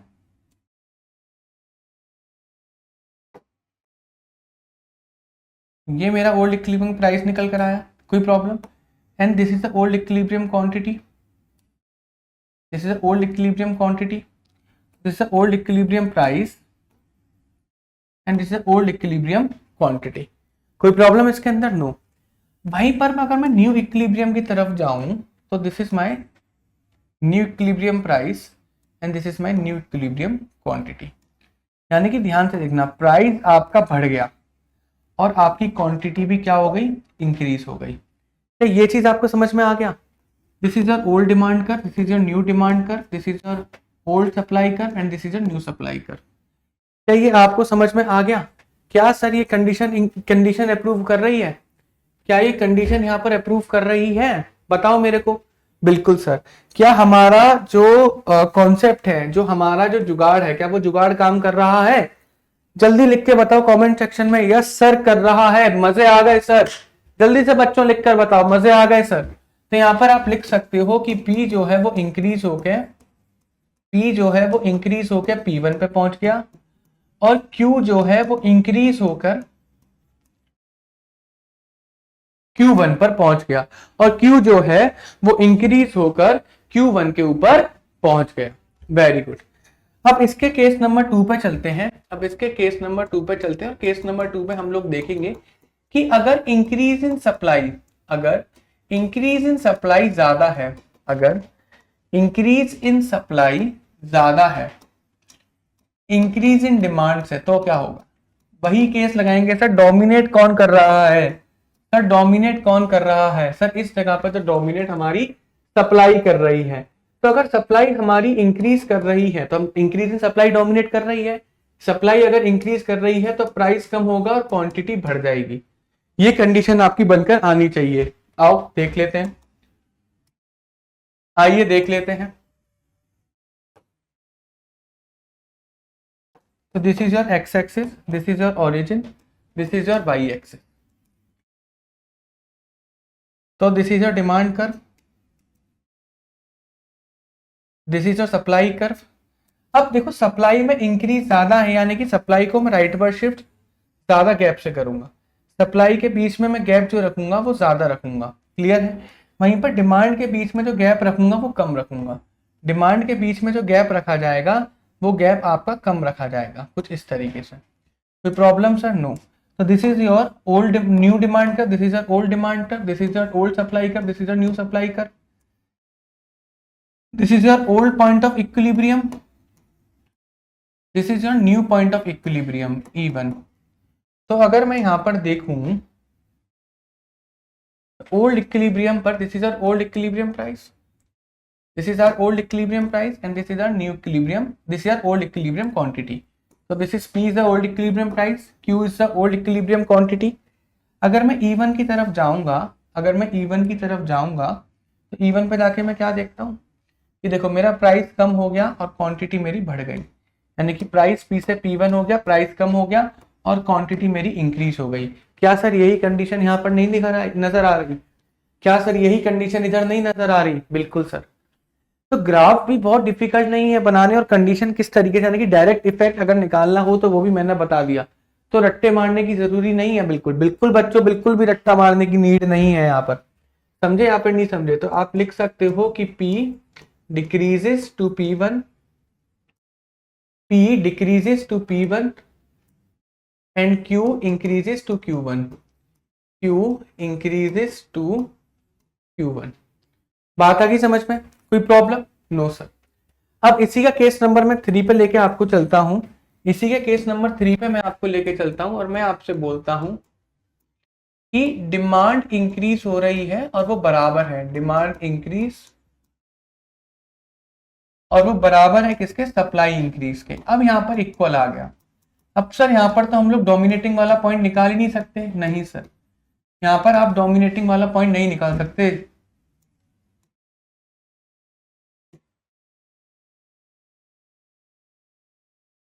क्लियर?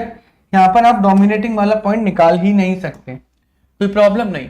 तो अब इस केस में क्या करेंगे, यहां पर ध्यान से देखना, जितने भी इज इक्वल टू के केस आएंगे उसमें हम लोग क्या करेंगे, ध्यान से देखना। हम कहेंगे सर डिमांड जब बढ़ता है तो हमारा प्राइस भी बढ़ता है, हमारा क्वांटिटी भी बढ़ता है। डिमांड जब बढ़ता है तो हमारा प्राइस भी बढ़ता है और हमारा क्वांटिटी भी बढ़ता है। और जब हमारा सप्लाई बढ़ता है तो हमारा प्राइस कम होता है और हमारा क्वांटिटी बढ़ता है। बातें समझ में आ फिर नहीं आई? तो जब डिमांड बढ़ेगा प्राइस बढ़ेगा, क्वांटिटी बढ़ेगी, सप्लाई कम होगा प्राइस कम होगा, क्वांटिटी बढ़ेगी, ऐसे केस लिख लेना। ठीक है, जो अपोजिटों को काट देना। सर प्राइस ऊपर जा रहा है, यहाँ पे प्राइस नीचे जा रहा है, प्राइस अपोजिट है, प्राइस काट दिया, तो हमारे पास सिर्फ और सिर्फ क्या बचा, क्वांटिटी इंक्रीज कर रही है। तो इन दैट केस सिर्फ और सिर्फ हमारे पास क्या बचेगा कि हमारी जो क्वांटिटी है वो क्वांटिटी हमारी इंक्रीज कर रही है, वो क्वांटिटी हमारी इंक्रीज कर रही है। बात समझे? आओ देखो, वो क्वांटिटी हमारी इंक्रीज कर रही है, देखो ध्यान से। So this is your x axis, this is your origin, this is your y axis। अब यहाँ पर जरा देखना, एक बार इधर ध्यान रखना कि आपको जो चेंज करना है, जो शिफ्टिंग करनी है वो आपको सेम उससे करनी है, डिफरेंस जो होना चाहिए सेम होना चाहिए। जब आप पेपर पे बनाओगे, मैं तो यहाँ पर कर ही दूंगा, लेकिन जब पेपर पे बनाओगे तो उस बात का ध्यान रखना। ठीक है, उस बात का ध्यान रखना। तो इंक्रीज इन डिमांड यानी कि मैंने इतना गैप इधर रखा और सेम अमाउंट ऑफ गैप मेरे को रखना है किसके बीच में, सप्लाई के बीच में। सेम अमाउंट ऑफ गैप मेरे को किसके बीच में रखना है, सप्लाई के बीच में रखना है। सेम अमाउंट ऑफ गैप मेरे को किसके बीच में रखना है, सप्लाई के बीच में रखना है।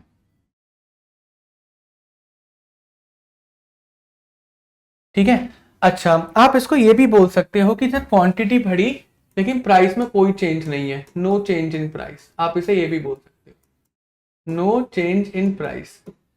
सप्लाई तो बढ़ी, क्वांटिटी तो बढ़ी, लेकिन प्राइस में यहाँ पर कोई भी चेंज नहीं है। सप्लाई तो यहाँ पर हम ठीक है इंक्रीज हुई, लेकिन प्राइस में हमारा कोई भी चेंज नहीं है, प्राइस में हमारा कोई भी चेंज नहीं है। इस तरीके से आप देख सकते हो, ये देखो कुछ इस तरीके से बनेगा। तो यहाँ पर आप क्लियरली देख पा रहे होगे कि सर प्राइस में तो कोई भी चेंज नहीं है, प्राइस जो हमारा पहले था वो ही अब है। जैसे यहाँ पर आप देखो, this is the old equilibrium point, this is the point of old equilibrium and this is the point of new equilibrium, this is the point of new equilibrium. Clear है? कोई प्रॉब्लम इसके अंदर नहीं। बट क्या होगा, quantity में change आ जाएगा। तो this is the new equilibrium की क्वांटिटी, अगर आप देखोगे this is the new equilibrium की क्वांटिटी, ओल्ड इक्विलिब्रियम की quantity and this is the new equilibrium की क्वांटिटी। तो ओल्ड इक्विलिब्रियम की क्वांटिटी क्यों, न्यू इक्विलिब्रियम क्वांटिटी Q1 वो बढ़ गई। क्या ये सबको समझ में आ गया? तो यहाँ पे क्या ये कंडीशन हमारी सेटिस्फाई करी? सर बिल्कुल करी। तो अगर हम प्राइस में लिखेंगे तो प्राइस में तो कोई भी चेंज नहीं है, नो चेंज। लेकिन अगर हम क्वांटिटी की बात करेंगे तो हमारी इक्विलिब्रियम क्वांटिटी क्या कर गई, इंक्रीज कर गई। क्या ये सबको क्लियर है? क्या ये सबको क्लियर है? कोई प्रॉब्लम इसके अंदर? नो सर, बिल्कुल सर, बिल्कुल प्रॉपर्ली हम लोगों को यहाँ पर समझ में आ गया। सर बिल्कुल प्रॉपर्ली हमको इधर समझ में आ गया, कोई प्रॉब्लम? No sir. नेक्स्ट होता वो हमारा था decrease in both demand and supply. Next होता हमारा था decrease in both demand and supply, decrease in both demand and supply, यानी कि डिमांड और सप्लाई दोनों क्या हो रहे हैं, कम हो रहे हैं। तो अगेन इसके अंदर भी वैसे ही 3 केस बनेंगे, इसके अंदर भी वैसे ही 3 केस बनेंगे कि डिक्रीज इन डिमांड, तो डिमांड डिक्रीज जो हो रही है, डिमांड जो डिक्रीज हो रही है वो ज्यादा है सप्लाई डिक्रीज से, सप्लाई डिक्रीज से, सप्लाई डिक्रीज से। ठीक है, तो अगेन अब यहां पर देखोगे, यहां पर डोमिनेटिंग फैक्टर कौन सा है, डिमांड डिक्रीजेस, यानी कि डिमांड क्या हो रहा है, कम हो रहा है। अब डिमांड जब कम हो रहा है तो जाहिर सी बात है हमारा प्राइस भी कम करेगा और क्वांटिटी भी कम करेगा, यानी कि हमारा नेट इफेक्ट यही निकल कर आना चाहिए कि हमारी इक्विलिब्रियम प्राइस और इक्विलिब्रियम क्वांटिटी कम हो जानी चाहिए। आओ एक बार देखते हैं, आइए एक बार देखते हैं।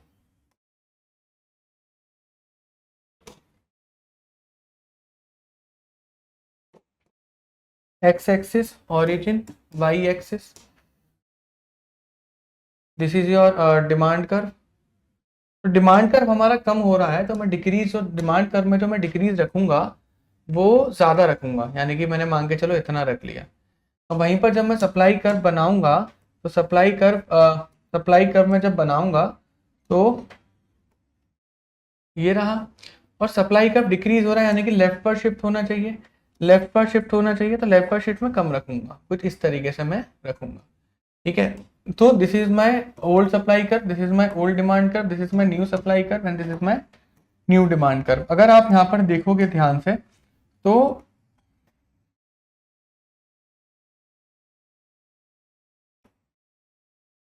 ये मेरे ओल्ड इक्विलिब्रियम प्राइस और ओल्ड इक्विलिब्रियम क्वांटिटी हो गए, ये मेरा न्यू इक्विलिब्रियम प्राइस, ओ सॉरी ये इस पर थोड़ा ना बनेगा, यहाँ नहीं बनेगा, ये रहा, ये रहा।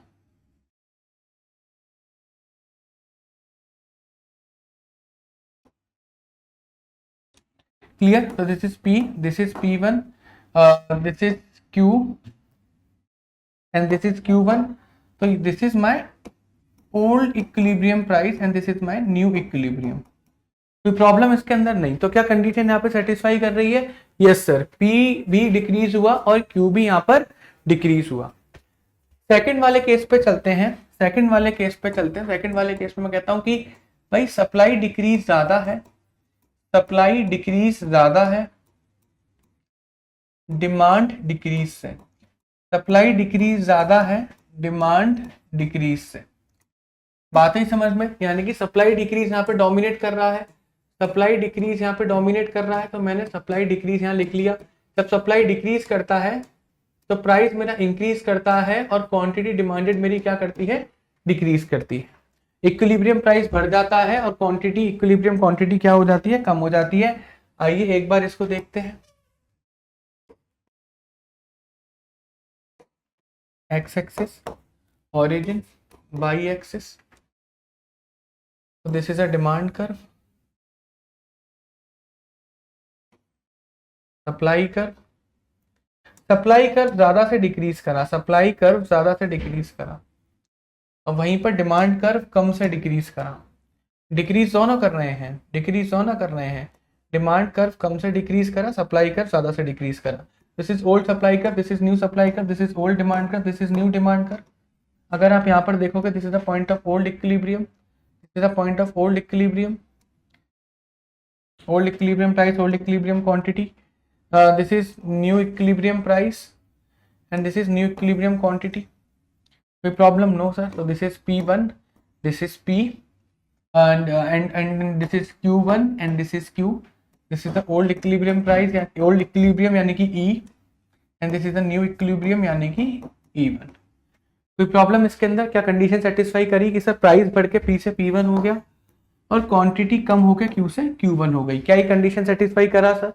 बिल्कुल सर, ये कंडीशन बिल्कुल सेटिस्फाई करा। कोई प्रॉब्लम इसके अंदर? नो। नेक्स्ट चलते हैं सी पॉइंट के ऊपर, जहां डिक्रीज इन डिमांड यानी कि डिमांड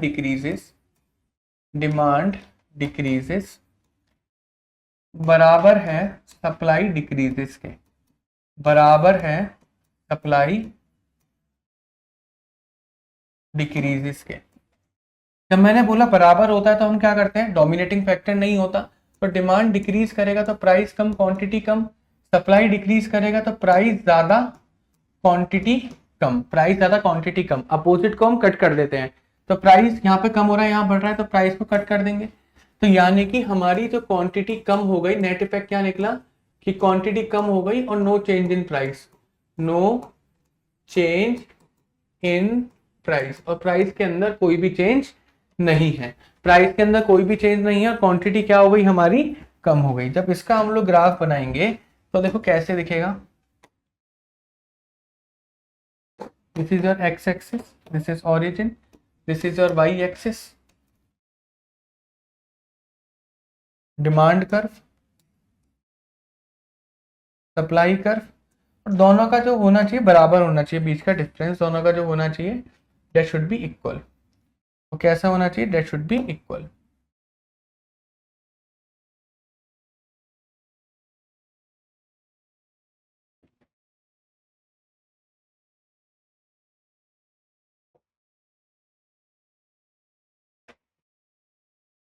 चलो, तो आप यहाँ पर क्लियरली देख पा रहे हो कि प्राइस के अंदर कोई भी चेंज नहीं है, प्राइस के अंदर कोई भी चेंज नहीं है। वहीं पर क्वांटिटी क्या हो गई, क्वांटिटी आपकी कम हो गई, क्वांटिटी क्या हो गई, कम हो गई। तो प्राइस आपका सेम है लेकिन क्वांटिटी आपकी क्या हो गई, क्वांटिटी आपकी क्यू से कम होकर Q1 हो गई। This is the point of old equilibrium and this is the point of new equilibrium, this is the point of new equilibrium. Clear, कोई problem? So this is our old demand curve, this is our new demand curve, this is our old supply curve, this is our new supply curve। कोई problem इस case में? No sir. कोई problem इस case में? No sir. ठीक है, तो आपको ध्यान रखना है ये चीज। तो आई होप आपको इतना क्लियर हो चुका होगा कि भाई करना कैसे है। ठीक है, चलो अब आगे चलते हैं। नेक्स्ट था हमारा, जो हमारा थर्ड वाला केस था, वो थर्ड वाला केस क्या था कि हमारी जो डिमांड है वो इंक्रीज कर रही है, demand increases, demand increases and supply decreases, यानी कि अभी अपोजिट चलेंगे, ये अपोजिट चलेंगे। ठीक है, आ जाओ। तो हम इसमें केस नंबर 1 लेके चलते हैं कि एक ज्यादा हो रहा है दूसरा कम,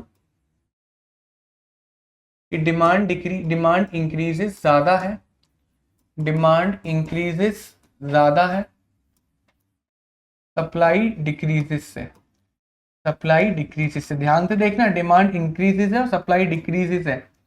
क्लियर है नहीं क्लियर है? डिमांड इंक्रीजेस है और सप्लाई डिक्रीजेस है, यानी कि डिमांड में राइटवर्ड शिफ्ट, सप्लाई में लेफ्टवर्ड शिफ्ट। और राइटवर्ड शिफ्ट भी होगा तो ज्यादा होगा, लेफ्टवर्ड शिफ्ट होगा कम होगा।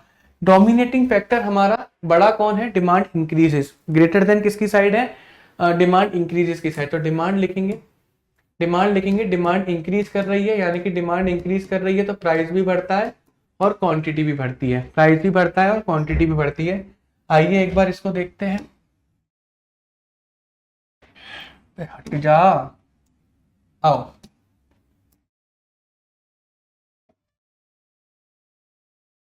This is on X axis origin, Y axis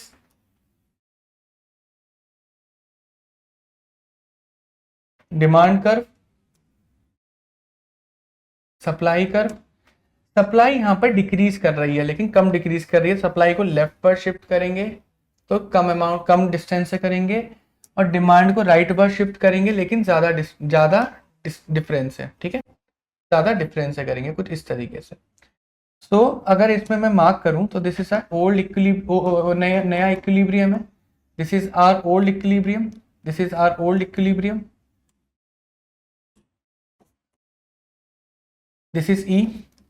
और जब इस पे मैं मार्क करूंगा तो this is the new equilibrium price, this is the new equilibrium quantity, this is the old equilibrium quantity and this is the old equilibrium price.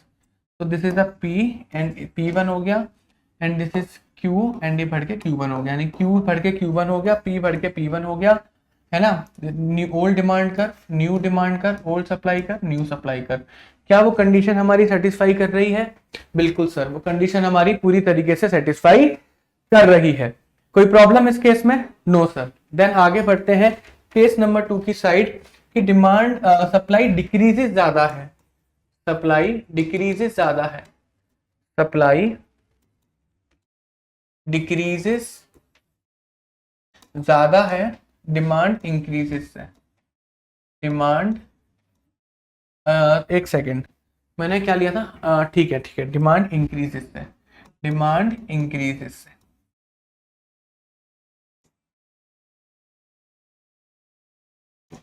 Clear? तो यहां पर आप देख पा रहे हो who is dominating, greater than किसकी side है? सप्लाई डिक्रीजेस की साइड। तो सप्लाई डिक्रीज कर रही है,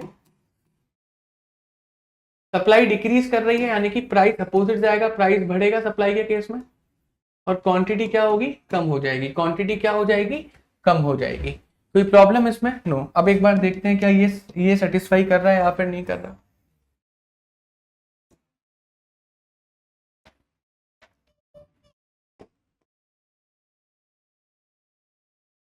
x axis origin, Y axis,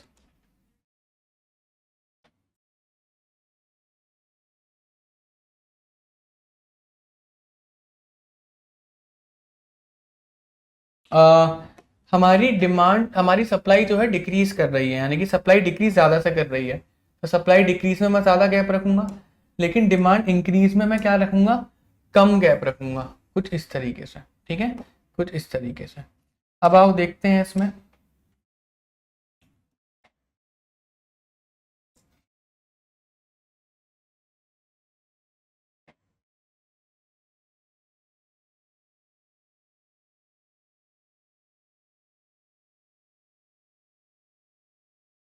तो आप क्लियरली देख पा रहे होगे, this is Q1, this is Q, this is P, this is P1, this is old equilibrium, this is new equilibrium. कोई प्रॉब्लम इसमें, नो सर। और this is a old supply curve, new supply curve, old demand curve, new demand curve. और आप clearly देख पा रहे होगे कि जो हमारी क्वांटिटी है, क्वांटिटी क्या हो गई, कम होकर Q से Q1 हो गई, और P जो है बढ़ के P से P1 हो गया। तो देखो प्राइस हमारा बढ़ रहा है और क्वांटिटी हमारी कम हो रही है। प्राइस हमारा बढ़ रहा है और क्वांटिटी हमारी कम हो रही है। प्राइस हमारा बढ़ रहा है और क्वांटिटी हमारी कम हो रही है। केस नंबर 3 में हम लोग चलेंगे। केस नंबर 3 में हम लोग चलेंगे। डिमांड इंक्रीजेस, डिमांड इंक्रीजेस बराबर है सप्लाई डिक्रीजेस के, सप्लाई डिक्रीजेस के। तो मैंने यहाँ पर बोला था जब इक्वल टू का साइन है तो कंडीशन लिख लिया करो। तो यहाँ पे प्राइस बढ़ेगा, क्वांटिटी भी बढ़ेगी। सप्लाई डिक्रीजेस में प्राइस बढ़ेगा और क्वांटिटी क्या हो जाएगी, कम हो जाएगी। तो जो अपोजिट हो उसको काट दो। तो क्वांटिटी अपोजिट है, क्वांटिटी को कट कर दिया, तो नेट इफेक्ट क्या निकला कि सर यहाँ पे क्या होगा, प्राइस तो हमारा इंक्रीज करेगा लेकिन no change in quantity. Quantity के अंदर कोई भी चेंज नहीं होगा, प्राइस हमारा क्या कर जाएगा, इंक्रीज कर जाएगा। आइए एक बार इसको देखते हैं, आइए एक बार इसको देखते हैं।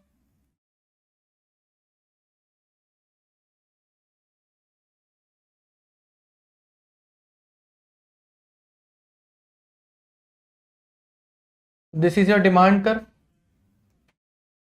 This is your supply curve.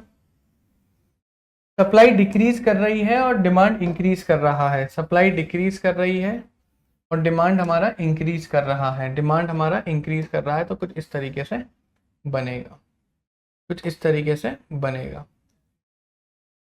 Clear, आ जाओ। अब यहां पर देखते हैं quantity, this is the new quantity, और ये रहा ओल्ड इक्विलिब्रियम का प्राइस। तो आप ना क्लियरली यहाँ पर एक चीज देख पा रहे होगे कि ओल्ड इक्विलिब्रियम पर और न्यू इक्विलिब्रियम पर क्वांटिटी क्या है, हमारी सेम है, क्वांटिटी में कोई इफेक्ट नहीं पड़ रहा। लेकिन हमारा प्राइस जो है बढ़कर क्या हो गया, P1 हो गया। लेकिन हमारा प्राइस बढ़ के P1 हो गया। कंडीशन सेटिस्फाई कर रही है इधर, क्या इधर कंडीशन सेटिस्फाई कर रही है, ये D है, ये D1 है, ये S है, ये S1 है। क्या इधर कंडीशन सेटिस्फाई कर रही है सर, बिल्कुल सेटिस्फाई कर रही है। बट ध्यान रखना जहां पर इक्वल टू का हो, डिफरेंट डिस्टेंसेस दोनों के बीच में क्या लेंगे हम लोग, इक्वल लेंगे। क्या कंडीशन सेटिस्फाई कर रही है सर, बिल्कुल कर रही है। ठीक है, फिर नेक्स्ट पे चलते हैं कि यहां पर अब डिमांड डिक्रीज करेगा। डिमांड क्या करेगा, डिक्रीज करेगा। डिमांड डिक्रीज करेगा और सप्लाई क्या करेगी, इंक्रीज करेगी। And supply increases, and supply increases, and supply क्या करेगी, इंक्रीज करेगी। सप्लाई क्या करेगी, इंक्रीज करेगी। आओ, तो अब इस केस में फिर अगेन वही केस नंबर 1 की डिमांड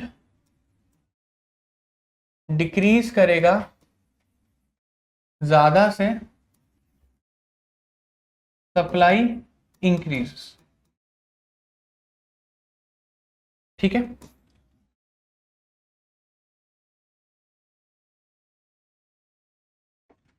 तो इसका नेट इफेक्ट बताना चाहो तो बता सकते हो कि डोमिनेट कौन कर रहा है, डिमांड डिक्रीज डोमिनेट कर रहा है। तो जब डिमांड आपका कम होगा तो आपका प्राइस भी कम हो जाएगा और क्वांटिटी भी कम हो जाएगी। ठीक है, आ जाओ। डिमांड सप्लाई, डिमांड डिक्रीज कर रहा है, डिमांड डिक्रीज कर रहा है ज़्यादा से, is greater than supply increases. Supply क्या कर रही है, इंक्रीज कर रही है, लेकिन वो कम से कर रही है। तो कुछ इस तरीके से बनेगा, वो कुछ इस तरीके से बनेगा। तो ये ओल्ड इक्विलिब्रियम का पॉइंट है। This is a point of old, this is a point of old equilibrium. अगर आप गौर से देखोगे, this is the point of old equilibrium and this is the point of new equilibrium. ठीक है, तो आप इधर ध्यान से देखोगे, this is E, this is E1। ठीक है, तो दिस इज आपका क्या हो गया, दिस इज पी था, ये आपका न्यू प्राइस हो गया, this is quantity and this is old quantity. तो आप देख पा रहे होगे क्वांटिटी और प्राइस दोनों क्या कर रहे हैं, कम कर रहे हैं। क्या कंडीशन यहाँ पे सेटिस्फाई कर रही है, क्या कंडीशन यहाँ पर सेटिस्फाई कर रही है? एग्जैक्टली सर, कंडीशन सेटिस्फाई कर रही है। केस नंबर 2 पे चलते हैं। Demand supply increase, supply increases ज्यादा है, डिमांड डिक्रीजेस से, डिमांड डिक्रीजेस से।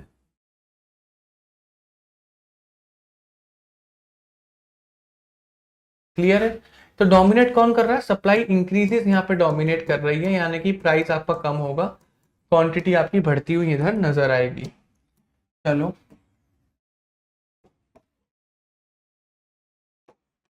X axis origin, Y axis,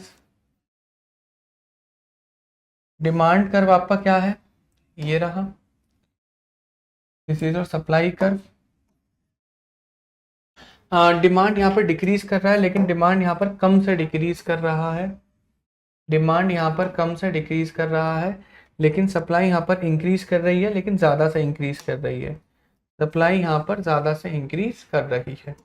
तो इधर क्लियरली दिख रहा है, this is the point of old equilibrium, this is the old equilibrium price, this is the new equilibrium price, this is the old equilibrium new equilibrium price and this is the new equilibrium quantity. तो यहाँ पे clearly आप देख सकते हो कि price हमारा कम होकर P से P1 हो गया और क्वांटिटी हमारी बढ़ के Q से Q1 हो गई, क्वांटिटी बढ़ के हमारी Q से Q1 हो गई। This is the old equilibrium and this is the new equilibrium.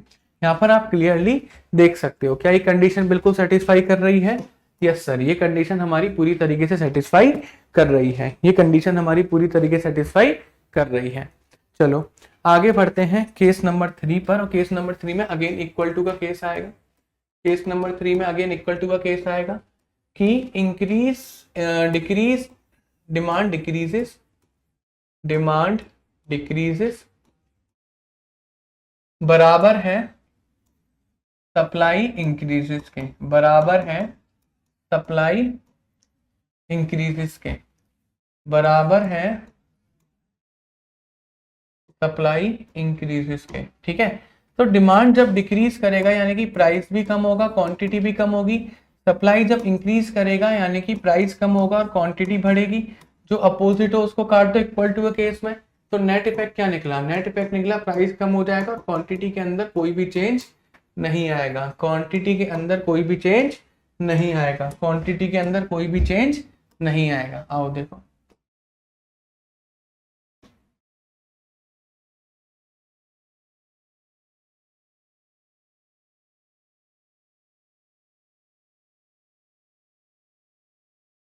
Demand यहाँ पर डिक्रीज कर रहा है और हमें इक्वल अमाउंट से क्या करना है, इंक्रीमेंट और डिक्रीमेंट करना है, इक्वल अमाउंट से इंक्रीमेंट और डिक्रीमेंट हम लोगों को इधर करना है।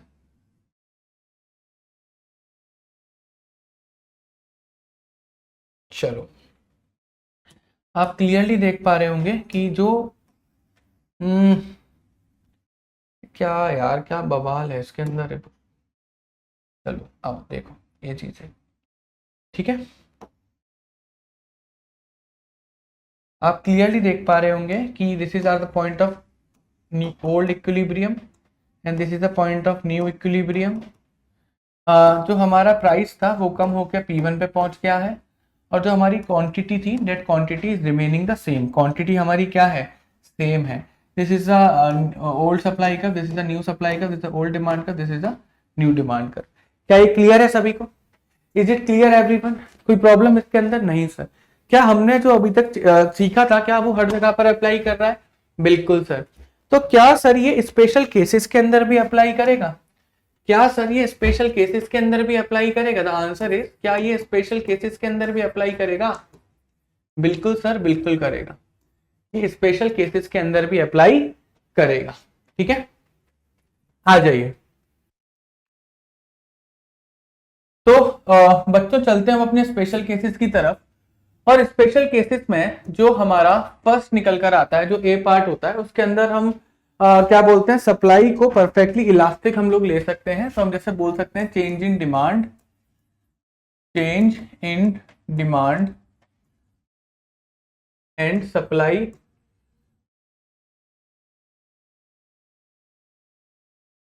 Is perfectly elastic, perfectly elastic. ठीक है, चलो अब अगेन देखो, सप्लाई हमारी क्या है, परफेक्टली इलास्टिक है। और चेंज इन डिमांड, तो पहला केस हम लोग क्या लेके चलते हैं, increase in demand, increase in demand and supply is perfectly elastic, and supply is perfectly elastic.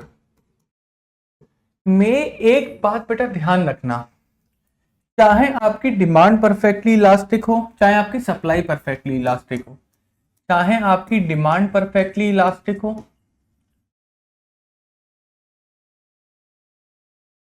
चाहे आपकी सप्लाई जो है वो परफेक्टली इलास्टिक हो, दोनों का जो कर्व बनता है ना, that is parallel to X axis. क्या बनेगा आपका, पैरेलल टू एक्स एक्सिस बनेगा। इस बारे में बहुत अच्छे से ध्यान रखिएगा। परफेक्टली इलास्टिक में आपका चाहे डिमांड कर्व हो चाहे सप्लाई कर्व हो, इन दैट केस वो क्या बनेगा, पैरेलल टू एक्स एक्सिस बनेगा। क्या बनेगा, पैरेलल टू एक्स एक्सिस बनेगा। और प्राइस उसमें क्या होता है, कांस्टेंट होता है। प्राइस क्या होता है, कांस्टेंट होता है। इस बात को बहुत अच्छे से याद रखिएगा। चलो आओ फिर एक बार देखते हैं इसको। तो हम इसको देखेंगे यहाँ पर, तो हमें पता है कि जो हमारा सप्लाई कर्व है that is perfectly elastic. Supply curve हमारा क्या है, परफेक्टली इलास्टिक है, यानी कि जो हमारा डिमांड, जो हमारा प्राइस होगा that will remain be constant. हमारा प्राइस जो होगा वो क्या रहेगा, कांस्टेंट रहेगा। तो सर अगर मैं इसका लिखाऊं तो मैं कहूंगा कि प्राइस के अंदर तो कोई भी चेंज नहीं है, प्राइस के अंदर तो कोई भी चेंज नहीं है, प्राइस के अंदर तो कोई भी चेंज नहीं है, क्योंकि प्राइस हमारा क्या है, प्राइस हमारा क्या है, परफेक्टली इलास्टिक है। प्राइस के अंदर तो कोई भी चेंज नहीं है। तो सब जब डिमांड बढ़ती है तो हमारा प्राइस भी बढ़ता है, क्वांटिटी भी बढ़ती है, लेकिन प्राइस के अंदर तो कोई भी चेंज नहीं है, क्योंकि प्राइस हमारा क्या है, कांस्टेंट है। प्राइस हमारा कांस्टेंट है बिकॉज हमारी सप्लाई परफेक्टली इलास्टिक होगी।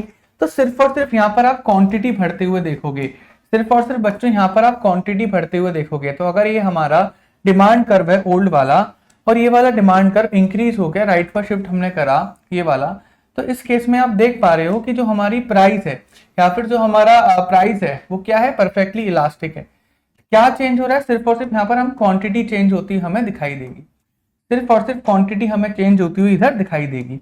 तो जो इधर है हमारा दैट इज द, ये हमारा क्या है, this is our old equilibrium and this is our new equilibrium, this is our new equilibrium. तो ध्यान रखना, चाहे परफेक्टली इलास्टिक हो, चाहे सप्लाई परफेक्टली इलास्टिक हो, चाहे डिमांड परफेक्टली इलास्टिक हो, उस जगह पे प्राइस पे कोई भी चेंज नहीं आएगा, प्राइस हमारा बिल्कुल सेम रहेगा। बट हमारी क्वांटिटी क्या हो जाएगी, इंक्रीज होकर क्यू से Q1 हो जाएगी। हमारी सिर्फ और सिर्फ क्वांटिटी क्या हो जाएगी, क्वांटिटी हमारी इंक्रीज हो जाएगी, क्वांटिटी हमारी क्या हो जाएगी, इंक्रीज हो जाएगी। क्लियर है, कोई प्रॉब्लम इसमें? नो बच्चों। सेकंड हमारा केस जो बनेगा वो बनेगा डिक्रीज इन डिमांड। जो केस नंबर 2 बनेगा वो क्या बनेगा, decrease in demand, decrease in demand and supply is perfectly elastic, and supply जो है हमारी परफेक्टली इलास्टिक है, सप्लाई जो है हमारी वो परफेक्टली इलास्टिक है। कोई प्रॉब्लम इसमें? No sir. तो डिमांड हमारा डिक्रीज हो रहा है बट हमारी सप्लाई जो है डेट इज परफेक्टली इलास्टिक, हमारी सप्लाई जो है वो हमारी परफेक्टली इलास्टिक है। इस केस में जो आपका बनेगा that is your X axis, your origin, your Y axis. अब क्योंकि सप्लाई हमारी परफेक्टली इलास्टिक है, parallel to the X axis बनेगा ग्राफ, ठीक है। और डिमांड कर्व हमारा डिक्रीज हो रहा है, तो ये हमारा ओल्ड डिमांड कर्व, ये हमारा न्यू डिमांड कर्व। क्लियर? तो यहाँ पर आप क्लियरली देख पा रहे होगे कि this is the old point of equilibrium, तो ओल्ड क्वांटिटी आ गई, तो new point of equilibrium, new quantity आ गई। तो Q जो है कम होकर Q1 पे पहुंच गया और प्राइस हमारा कांस्टेंट होगा अगेन, क्योंकि डिक्रीज इन डिमांड है, यानी कि हमारा प्राइस भी कम होना चाहिए और हमारी क्वांटिटी भी कम होनी चाहिए, बट हमारा प्राइस पे कोई भी चेंज नहीं पड़ेगा because supply is perfectly elastic. और डिमांड हमारी क्या हो रही है? कम होकर D से D1 हो चुकी है, तो हमारा क्वांटिटी भी कम होकर Q से Q1 हो जाएगा। तो प्राइस के ऊपर नो चेंज, प्राइस हमारा कांस्टेंट रहेगा, प्राइस के अंदर नो चेंज, और हमारी क्वांटिटी जो है वो क्या हो जाएगी? डिक्रीज हो जाएगी। क्या ये सभी को क्लियर है? तो देखा जाए तो एक कॉन्सेप्ट इस जगह पर भी लग रहे हैं, बट ध्यान रखना परफेक्टली इलास्टिक और परफेक्टली इनइलास्टिक का जो कॉन्सेप्ट है बेटा वो अच्छे से याद रखिएगा। चलो नेक्स्ट पॉइंट आता है कि अब हम लोग change in demand, change in supply करते हैं। Change in supply and demand is perfectly elastic, और जो हमारी डिमांड है वो क्या है? Perfectly elastic. डिमांड क्या है? Perfectly elastic.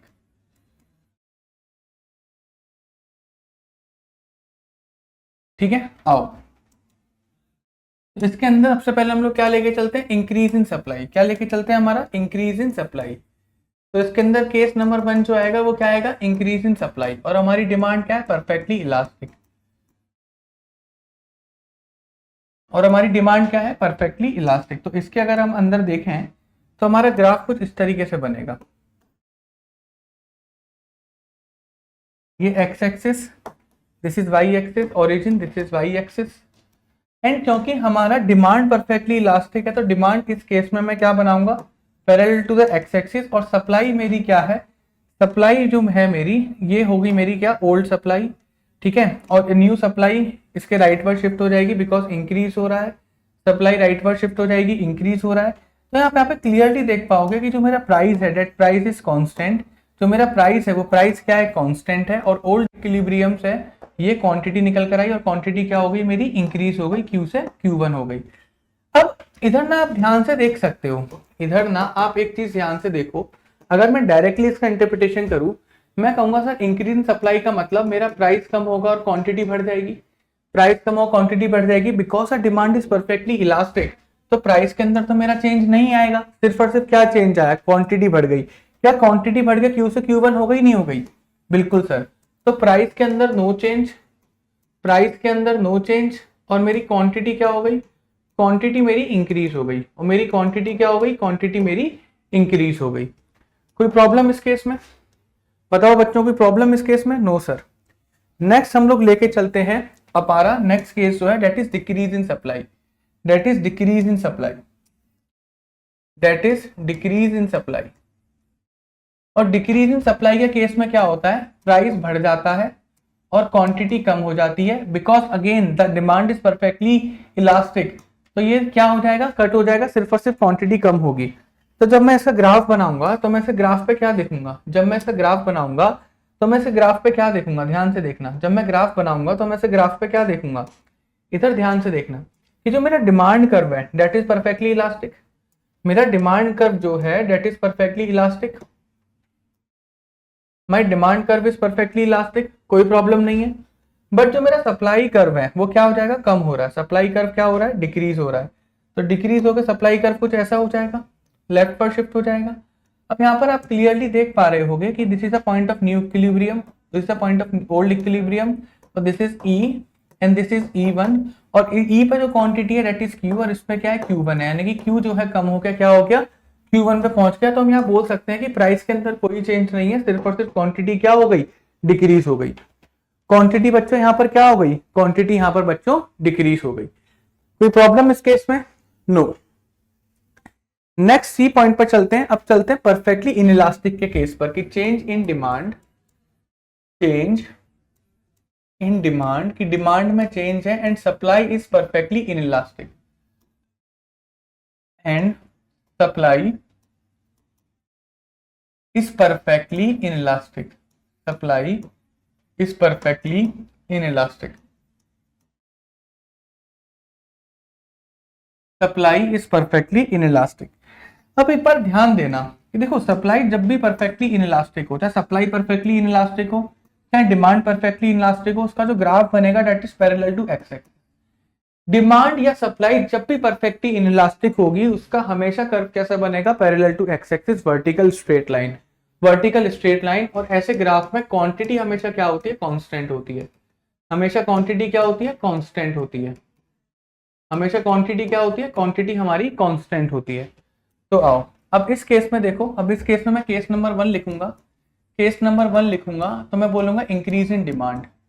डिमांड क्या हुई मेरी, डिमांड बढ़ गई, increase in demand and supply is perfectly inelastic.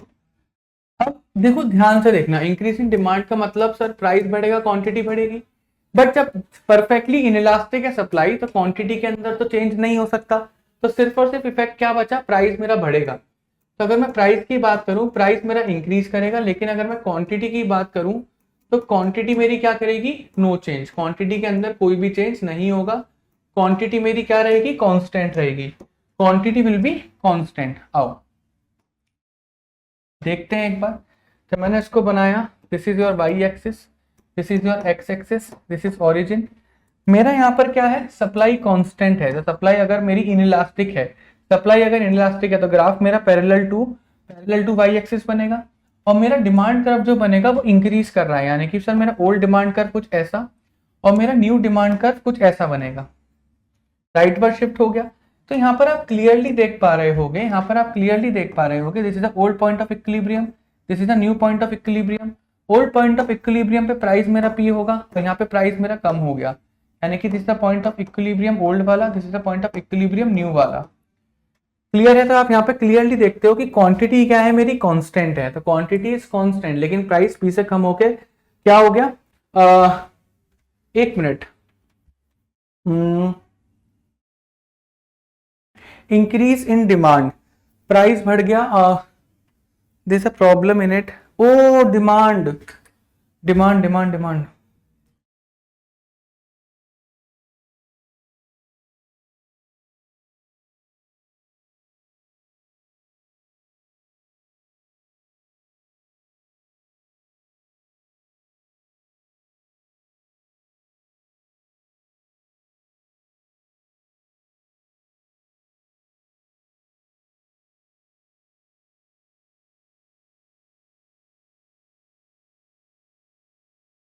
चलो अगर मैं इसमें अब डिमांड बनाऊं तो मेरा डिमांड कैसे बनेगा, तो this is my old demand curve, ये मेरा ओल्ड डिमांड कर्व है, ठीक है।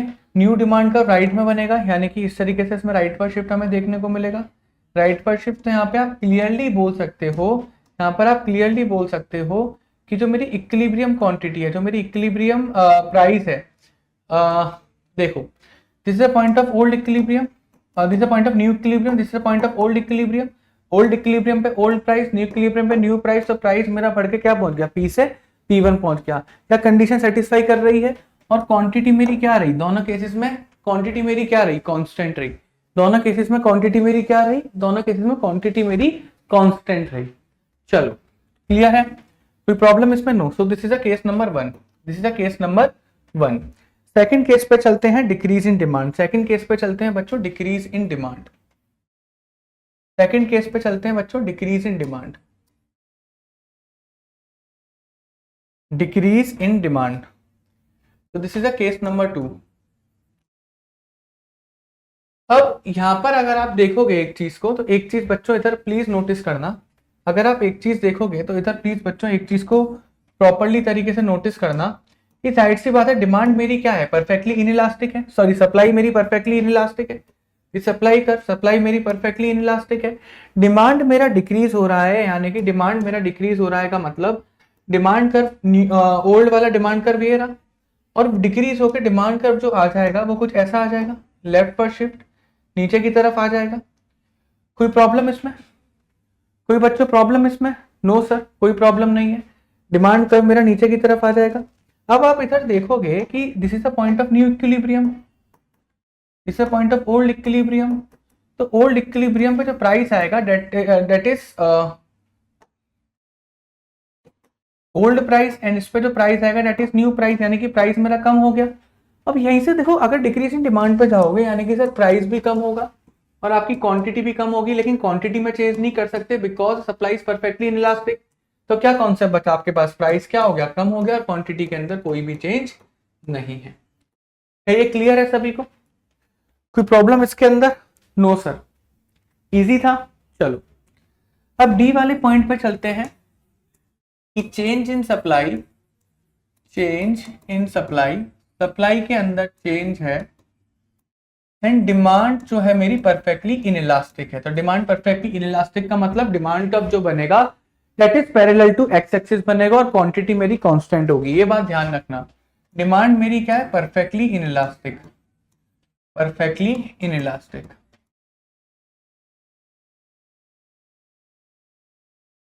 ठीक है, चलो इस पे case number 1, increase in supply, increase in supply. तो ध्यान से देखना,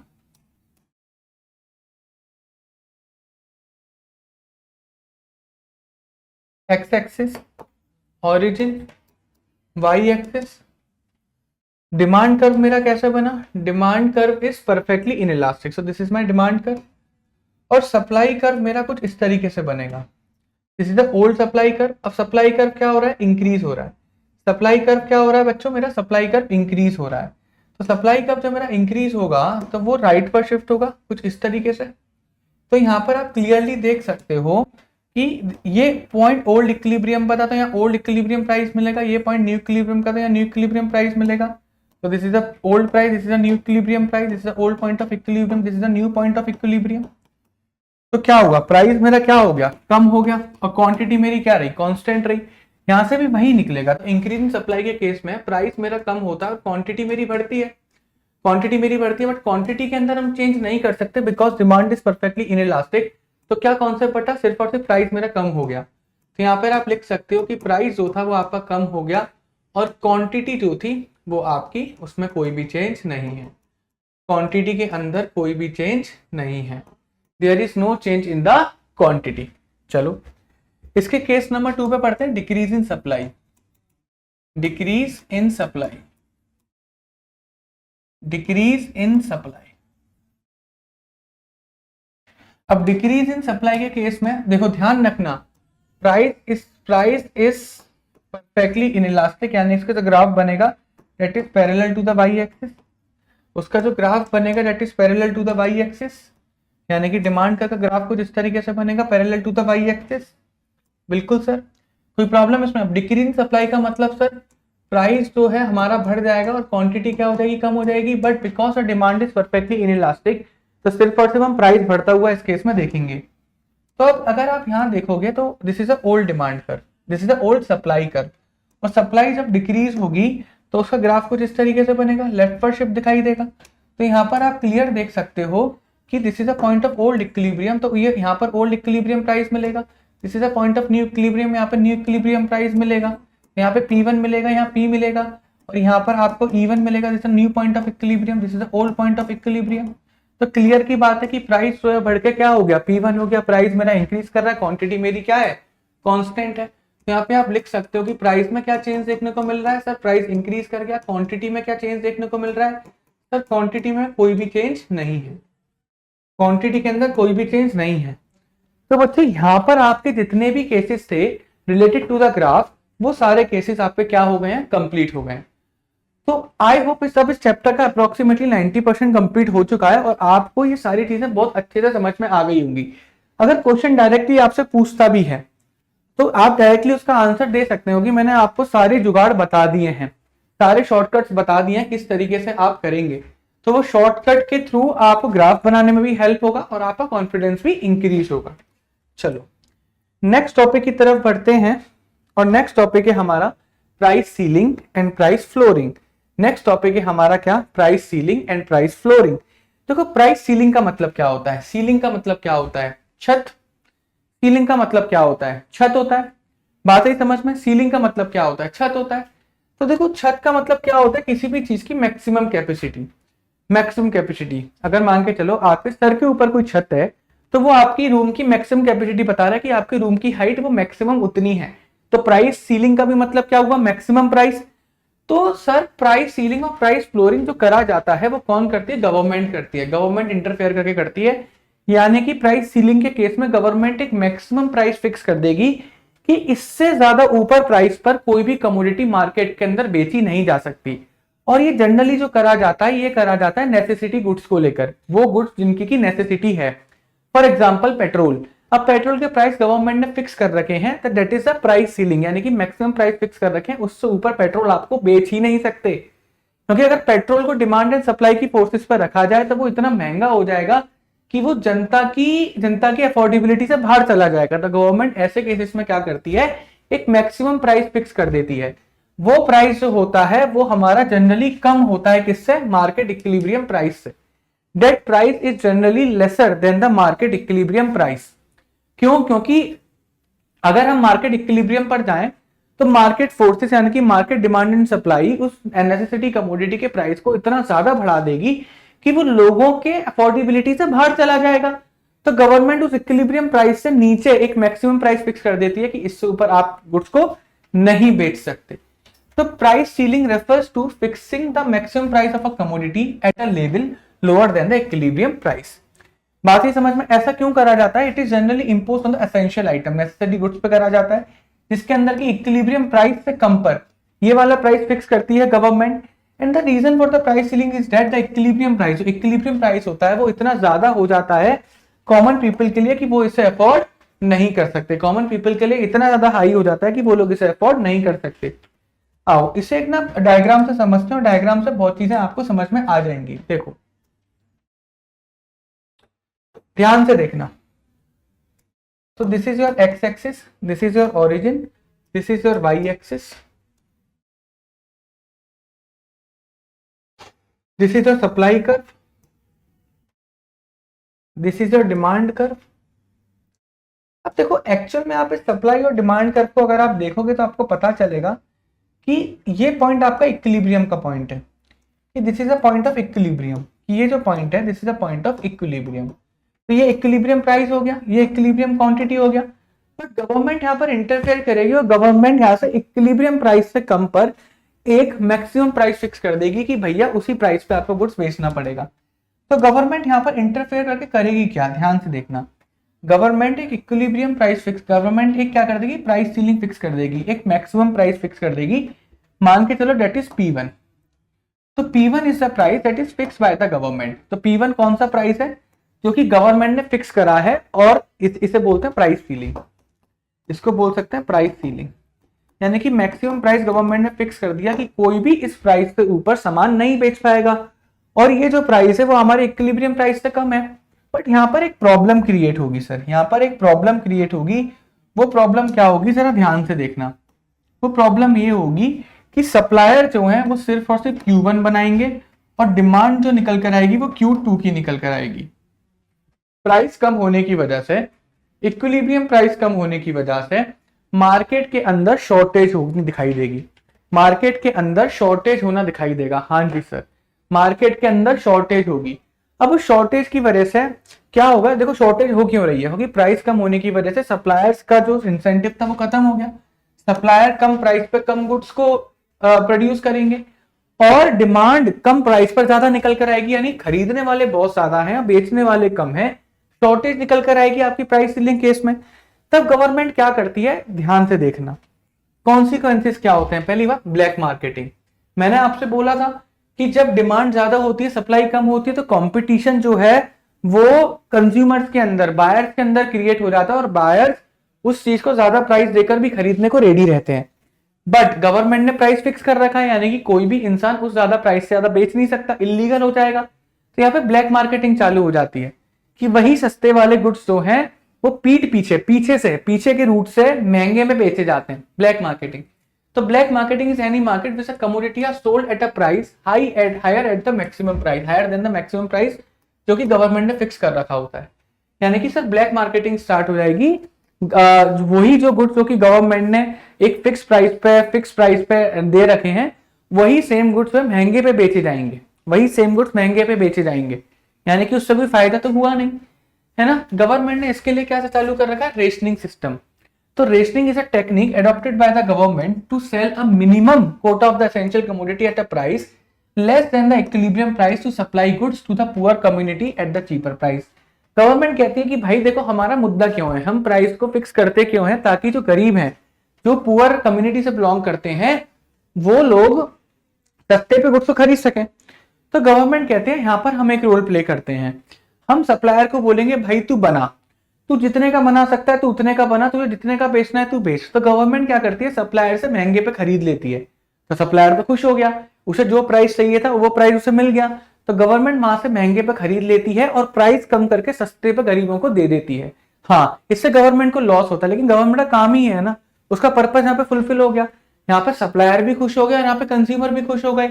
और ऐसा जो गवर्नमेंट करती है वो राशन के केस में करती है कि जो गवर्नमेंट सस्ता देती है वो पूरा पूरा नहीं देती, एक कोटा फिक्स कर देती है, एक लिमिट फिक्स कर देती है कि आपको महीने का इतना किलो राशन जो है हम आपको बिल्कुल फ्री में देंगे। जो राशन होता है ना, राशन मिलता है वो वाली चीज, ठीक है, वो करती है। गवर्नमेंट करती है डुअल प्राइस पॉलिसी। गवर्नमेंट क्या करती है, dual price policy. Dual price policy के अंदर गवर्नमेंट क्या करती है, सर राशनिंग सिस्टम के अंदर भी वो डुअल प्राइस पॉलिसी का एक पार्ट है। जैसे चावल गेहूं वगैरह राशन का जब लेने जाओगे तो आपको 4-5-10 रुपए किलो में मिल जाएगा, लेकिन वही चावल गेहूं वगैरह आप मेन मार्केट से लेने जाओगे तो आपको 30-35-40 रुपए किलो में मिलेगा। तो this is a dual price policy कि गवर्नमेंट दो प्राइस रखती है कि एक आप सस्ते में भी ले सकते हो, एक मिनिमम कोटा तक, मिनिमम लिमिट तक आप सस्ते में भी ले सकते हो, और उसके बाद अगर आपको लेना है तो आपको बिल्कुल मार्केट प्राइसेस पर लेना पड़ेगा। तो डुअल प्राइस पॉलिसी गवर्नमेंट करती है। तो government may also allow system of having two prices for the same product. Same product के गवर्नमेंट दो प्राइसेस भी अलाउ कर देती है एट द सेम टाइम पे, to avoid the situation of the black marketing, ताकि ब्लैक मार्केटिंग सिचुएशन अवॉइड हो जाए। तो सप्लायर क्या करेगा, सप्लायर को पता है कि हाँ भाई मेरा गुड्स जो है मार्केट के अंदर महंगे दाम पर भी बिक रहा है, सस्ते पर भी बिक रहा है, तो सप्लायर क्या करेगा, बनाना तो चालू एटलीस्ट कर ही देगा। तो जिसको जो मिनिमम कोटा के अंदर आता है, जो राशन सिस्टम के अंदर आता है, मिनिमम कोटा के अंदर आता है, उसे सस्ते में मिल जाएगा। बाकियों को अगर कुछ एक्स्ट्रा चाहिए तो उन्हें जाके मार्केट इक्विलिब्रियम प्राइस पे खरीदना पड़ेगा। तो under this system a fix quantity of the product is supplied to the consumer at a lower price. तो एक फिक्स क्वांटिटी जो है लोअर प्राइस पे कस्टमर को दी जाती है to the fair price shop, जो बेसिक राशन शॉप होती है, एंड उसी टाइम पर the product is also made available in the open market at the market price determined by the market forces of the demand and supply.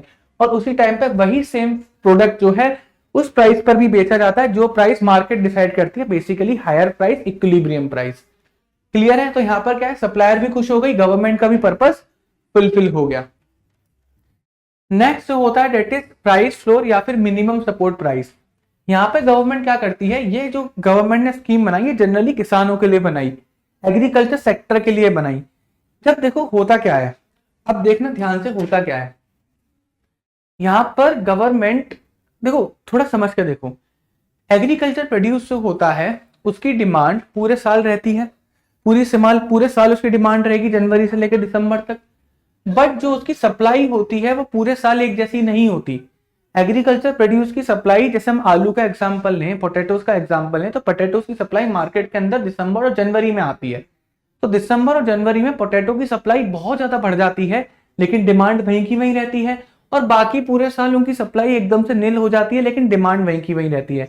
तो demand तो same रही, बाकी पूरे साल सप्लाई रही नहीं है, लेकिन वो नवंबर दिसंबर में सप्लाई इतनी ज्यादा बढ़ जाती है, सेलर इतने ज्यादा मार्केट के अंदर आ जाते हैं कि किसान को ना अपना मनचाहा प्रोडक्ट का प्राइस नहीं मिलता।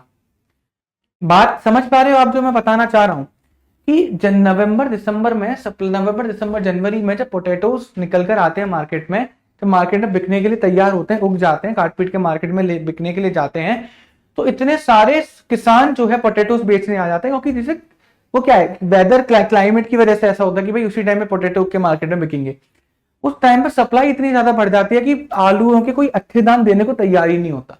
अब वहां पर होलसेलर मार्केट के अंदर बैठा हुआ है, वो भैया किस रेट में, भैया 10 रुपए किलो में खरीदेंगे। कह रहे 10 रुपए तो प्राइस है ही नहीं, प्राइस तो कम से कम मुझे मेरे आलू के 20 से 25 रुपए किलो मिलने चाहिए। कह रहे देना है तो दे, नहीं तो आगे बढ़, तेरे पीछे देख लाइन लगी पड़ी है, कोई ना कोई तो 10 रुपए में देकर ही जाएगा।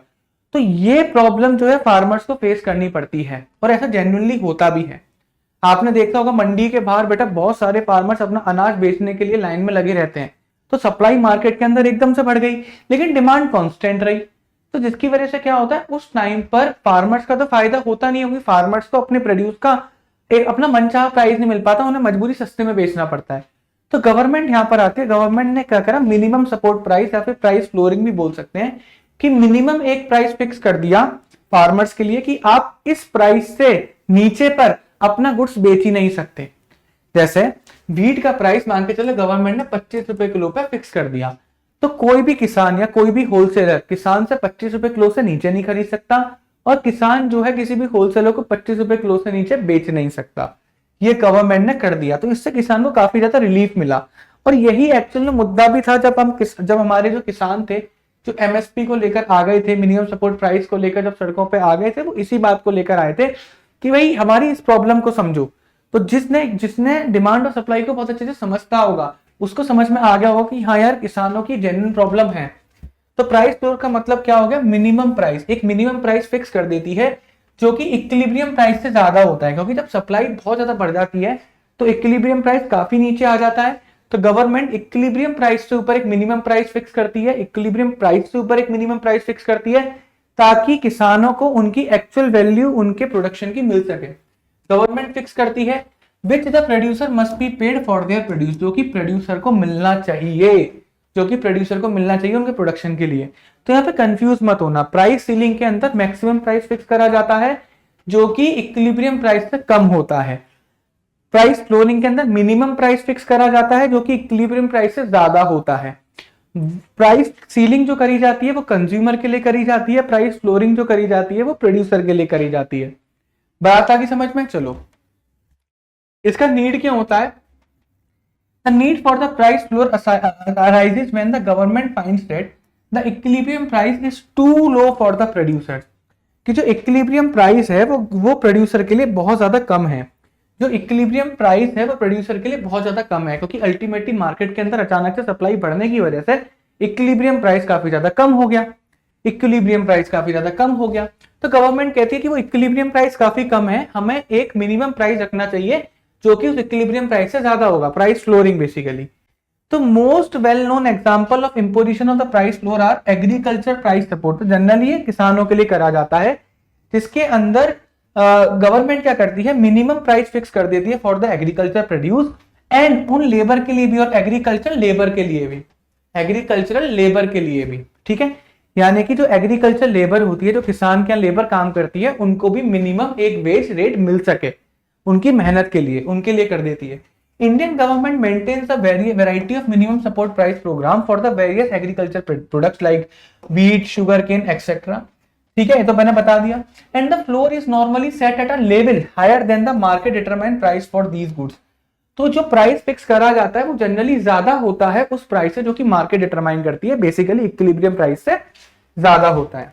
इसको एक एग्जांपल के थ्रू समझेंगे, एग्जांपल नहीं मतलब ग्राफ के थ्रू समझेंगे। आओ देखो, इसको ग्राफ के थ्रू समझ के देखते हैं। आओ देखो, तो this is your X axis, this is your origin, this is your Y axis, this is your demand, this is your supply. अब देखो बेसिकली क्या हो गया, this is your supply, this is your demand. अब देखो market equilibrium जो हुआ, market equilibrium कहां पर हुआ आपका, इस जगह पर हुआ। This is a market equilibrium, market equilibrium आपका इस जगह पर हुआ या फिर नहीं हुआ? क्लियर है? This is quantity and this is a price.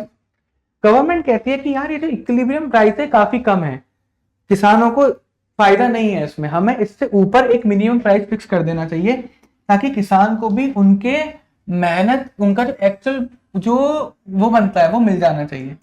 तो भैया गवर्नमेंट क्या करती है, P1 फिक्स कर देती है जो कि इक्विलिब्रियम प्राइस से ज्यादा होता है, और इससे नीचे एग्रीकल्चर प्रोड्यूस या फिर जो भी कमोडिटी पे करती है उससे वो नीचे कमोडिटी नहीं बिक सकती। अब इन दैट केस जो प्रॉब्लम अराइज होती है वो क्या होती है, प्रॉब्लम देखना कि जो डिमांड निकल कर आई, यानी कि जो बायर्स आए, बायर्स बहुत ही कम क्वांटिटी खरीदने को तैयार रहेंगे, लेकिन सेलर, अब इस केस में किसानों के पास इंसेंटिव आ गया, तो अब ज्यादा से ज्यादा किसान अपना गुड्स को प्रोड्यूस करके बेचना चाहेंगे। तो बेसिकली क्या हो गया कि जो क्वांटिटी सप्लाइड है वो ज्यादा हो गई क्वांटिटी डिमांडेड से। Q2 is a quantity supplied, वो ज्यादा हो गया Q1 से, दैट इज क्वांटिटी डिमांडेड। तो क्वांटिटी सप्लाइड जो है क्वांटिटी डिमांडेड से ज्यादा हो गया, मार्केट के अंदर बहुत ज्यादा गुड्स प्रोड्यूस हो जाएगा और खरीदने वाले इतने होंगे नहीं, तो यानी कि वेस्टेज की संभावना है। गवर्नमेंट यहाँ पर एक रोल प्ले करती है और गवर्नमेंट उस एक्स्ट्रा प्रोडक्शन को अपने पास ऐसा बफर स्टॉक रख लेती है।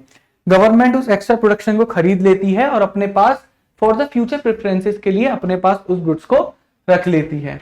तो यहाँ पर ये वो चीज होगी। तो implication of the price flooring क्या होगा कि price floor is normally set at a level higher than the equilibrium price, वो इक्विलिब्रियम प्राइस से ज्यादा सेट करा जाता है। इसकी वजह से मार्केट के अंदर एक्सेस सप्लाई आ जाएगा, तो जब ज्यादा प्राइस मिलेगा तो ज्यादा किसान अपने गुड्स बेचकर मार्केट में बेचना पसंद करेंगे, लेकिन होलसेलर खरीदना कम पसंद करेंगे। Since producer are not able to sell at all what they want to sell, they illegally sell the goods or services below the minimum price। तो एक इम्प्लीकेशन तो ये होता है कि भाई अब देखो किसानों की भी प्रॉब्लम ये है कि उनके पास प्रॉपर इंफ्रास्ट्रक्चर नहीं है, उनके पास स्टोरेज की फैसिलिटी नहीं है, तो उन्हें तो अपना गुड्स बेचना ही बेचना है, नहीं तो गुड्स उनका खराब हो जाएगा। तो वो हड़बड़ी में क्या करते हैं कि अपना गुड्स इल्लीगली सस्ते दामों पर बेच देते हैं। वो नंबर 2 की ट्रांजेक्शन होती हैं जो कि गवर्नमेंट की निगाह में नहीं जाती हैं। तो या तो ये करा जाएगा। अब इससे बचने के लिए गवर्नमेंट ने क्या करा, that is very important. Government वो गुड्स को अपने पास खरीद लेती है और उनको फ्यूचर प्रेफरेंसेस के लिए अपने पास स्टोर करके रखती है। तो buffer stock is an important tool, एक बहुत जरूरी टूल है जो कि गवर्नमेंट यूज करती है to ensure the price floor. तो गवर्नमेंट ने मान के चलो प्राइस फ्लोर लगा दिया, लेकिन अगर गुड्स फिर भी इलीगली सस्ते में बेचे जा रहे हैं तो गवर्नमेंट का प्राइस फ्लोरिंग का फायदा क्या रहा। तो गवर्नमेंट खुद मार्केट में कूदी, वो कहती है कि भाई ठीक है, तुम मिनिमम प्राइस पे हमें गुड्स बेच के चले जाओ, हम खरीद लेंगे तुमसे ये मिनिमम गुड्स, कोई प्रॉब्लम नहीं है। बात ही समझ में नहीं आई, हम ये तुमसे मिनिमम गुड्स खरीद लेंगे, तो किसान को तो फायदा हो गया कि उसे भाई उसका जो सेलिंग प्राइस है वो बढ़ गया, अब उसे पीछे से इलीगली बेचने की जरूरत नहीं है। तो गवर्नमेंट उन गुड्स को क्या करती है, when market price is lower than what the government feels should be given to the farmers producer, जब मार्केट प्राइस कम होता है उस प्राइस से जो कि गवर्नमेंट सोचती है कि फार्मर और प्रोड्यूसर को मिलना चाहिए, तो गवर्नमेंट खुद कमोडिटी को परचेज कर लेती है हायर प्राइसेस पर, यानी कि वो उस प्राइस पर जो प्राइस गवर्नमेंट ने फिक्स करा था फार्मर से या फिर प्रोड्यूसर से, as to maintain stock of the commodity with itself, और वो फिर उस गुड्स को खरीदकर अपने पास ही उसका स्टॉक मेंटेन करके चलती है, to be release in case of shortage of the commodity in future. और गवर्नमेंट फिर उस कमोडिटी का क्या करती है, मान के चलो गेहूं के अंदर मार्केट की डिमांड 100 किलो थी, मार्केट के अंदर डिमांड गेहूं की 100 किलो थी, सप्लाई ज्यादा होगी, 500 किलो गेहूं मार्केट में आ गए, तो 100 किलो तो बिक जाएंगे, बाकी के 400 किलो कहां जाएंगे, तो गवर्नमेंट वो बाकी के 400 किलो उसी प्राइस पे खरीद लेगी जिस प्राइस को गवर्नमेंट ने फिक्स करा था, मतलब मिनिमम सेलिंग प्राइस पे, एमएसपी पे गवर्नमेंट ने फिक्स करा था, उसी पे गवर्नमेंट खरीद लेगी। क्लियर है। अब उस पे गवर्नमेंट खरीदने के लिए देखो क्या करेगी, अब गवर्नमेंट ने 400 किलो खरीदा, गवर्नमेंट क्या करेगी, गवर्नमेंट फ्यूचर पर्पज से उसे खरीद लेगी कि किसी साल सपोज करो एग्रीकल्चर प्रोड्यूस हुआ ही नहीं, किसी क्लाइमेटिक कंडीशन की वजह से या किसी और कंडीशन की वजह से एग्रीकल्चर प्रोड्यूस इंडिया में कम हुआ, तो उस केस में वो जो स्टॉक जो मेंटेन कर रखा था गवर्नमेंट ने, वो स्टॉक गवर्नमेंट यूज करेगी उस सप्लाई को फुलफिल करने के लिए, कि किसी साल सप्लाई कम रही तो गवर्नमेंट उस सप्लाई को कंसिस्टेंट रखेगी पुराने वाले स्टॉक से यूज करने के लिए। गवर्नमेंट इन्हीं स्टॉक में जो है जब आपकी कोई भी किसी कंट्री को नीड पड़ती है, जैसे अभी पाकिस्तान में कुछ हुआ था तो गवर्नमेंट ने पाकिस्तान में फ्री राशन भेजा था, टर्की में भूकंप आया था किसी ट्रेजेडी के टाइम पर, टर्की में गवर्नमेंट ने फ्री राशन भेजा था। इंडिया के अंदर ही आप देखते हो कि अभी एक टोर्नेडो आया था फेनल, क्या बोलते हैं तमिलनाडु के अंदर आई गेस, ठीक है, चेन्नई के अंदर, तो ऐसी जब इंडिया के अंदर कोई आपदा आती है, डिजास्टर आता है, तो गवर्नमेंट वहां पर उस राशन को यूज करती है, तो गवर्नमेंट फिर इस राशन को इस तरीके से यूज करती है, गरीबों में फ्री में बांट देगी, तो गवर्नमेंट फिर ऐसे स्टॉक को इसको खाली करती है, तो इस तरीके से अपना बफर स्टॉक मेंटेन करके चलती है। क्लियर है। याद बस एक चीज रखनी है कि प्राइस सीलिंग के अंदर क्या होता है, मैक्सिमम प्राइस रखा रहता है, मैक्सिमम प्राइस रखा रहता है, that is below the equilibrium price, that is below the equilibrium price. Price flooring में मिनिमम प्राइस रखा जाता है, that is above the equilibrium price. Price ceiling जो होता है that is for the consumers, and price flooring जो होता है that is for the producers. I hope आपको समझ में आ गया होगा। तो बच्चों यहाँ पर आपका ये चैप्टर खत्म होता है। आई होप आपको ये चैप्टर बहुत अच्छा लगा हो। प्लीज कमेंट सेक्शन में लिख जरूर देना आपको चैप्टर कैसा लगा। तब तक के लिए good bye everyone, take care, bye bye, मिलते हैं फिर ऐसे अगले अमेजिंग लेक्चर में।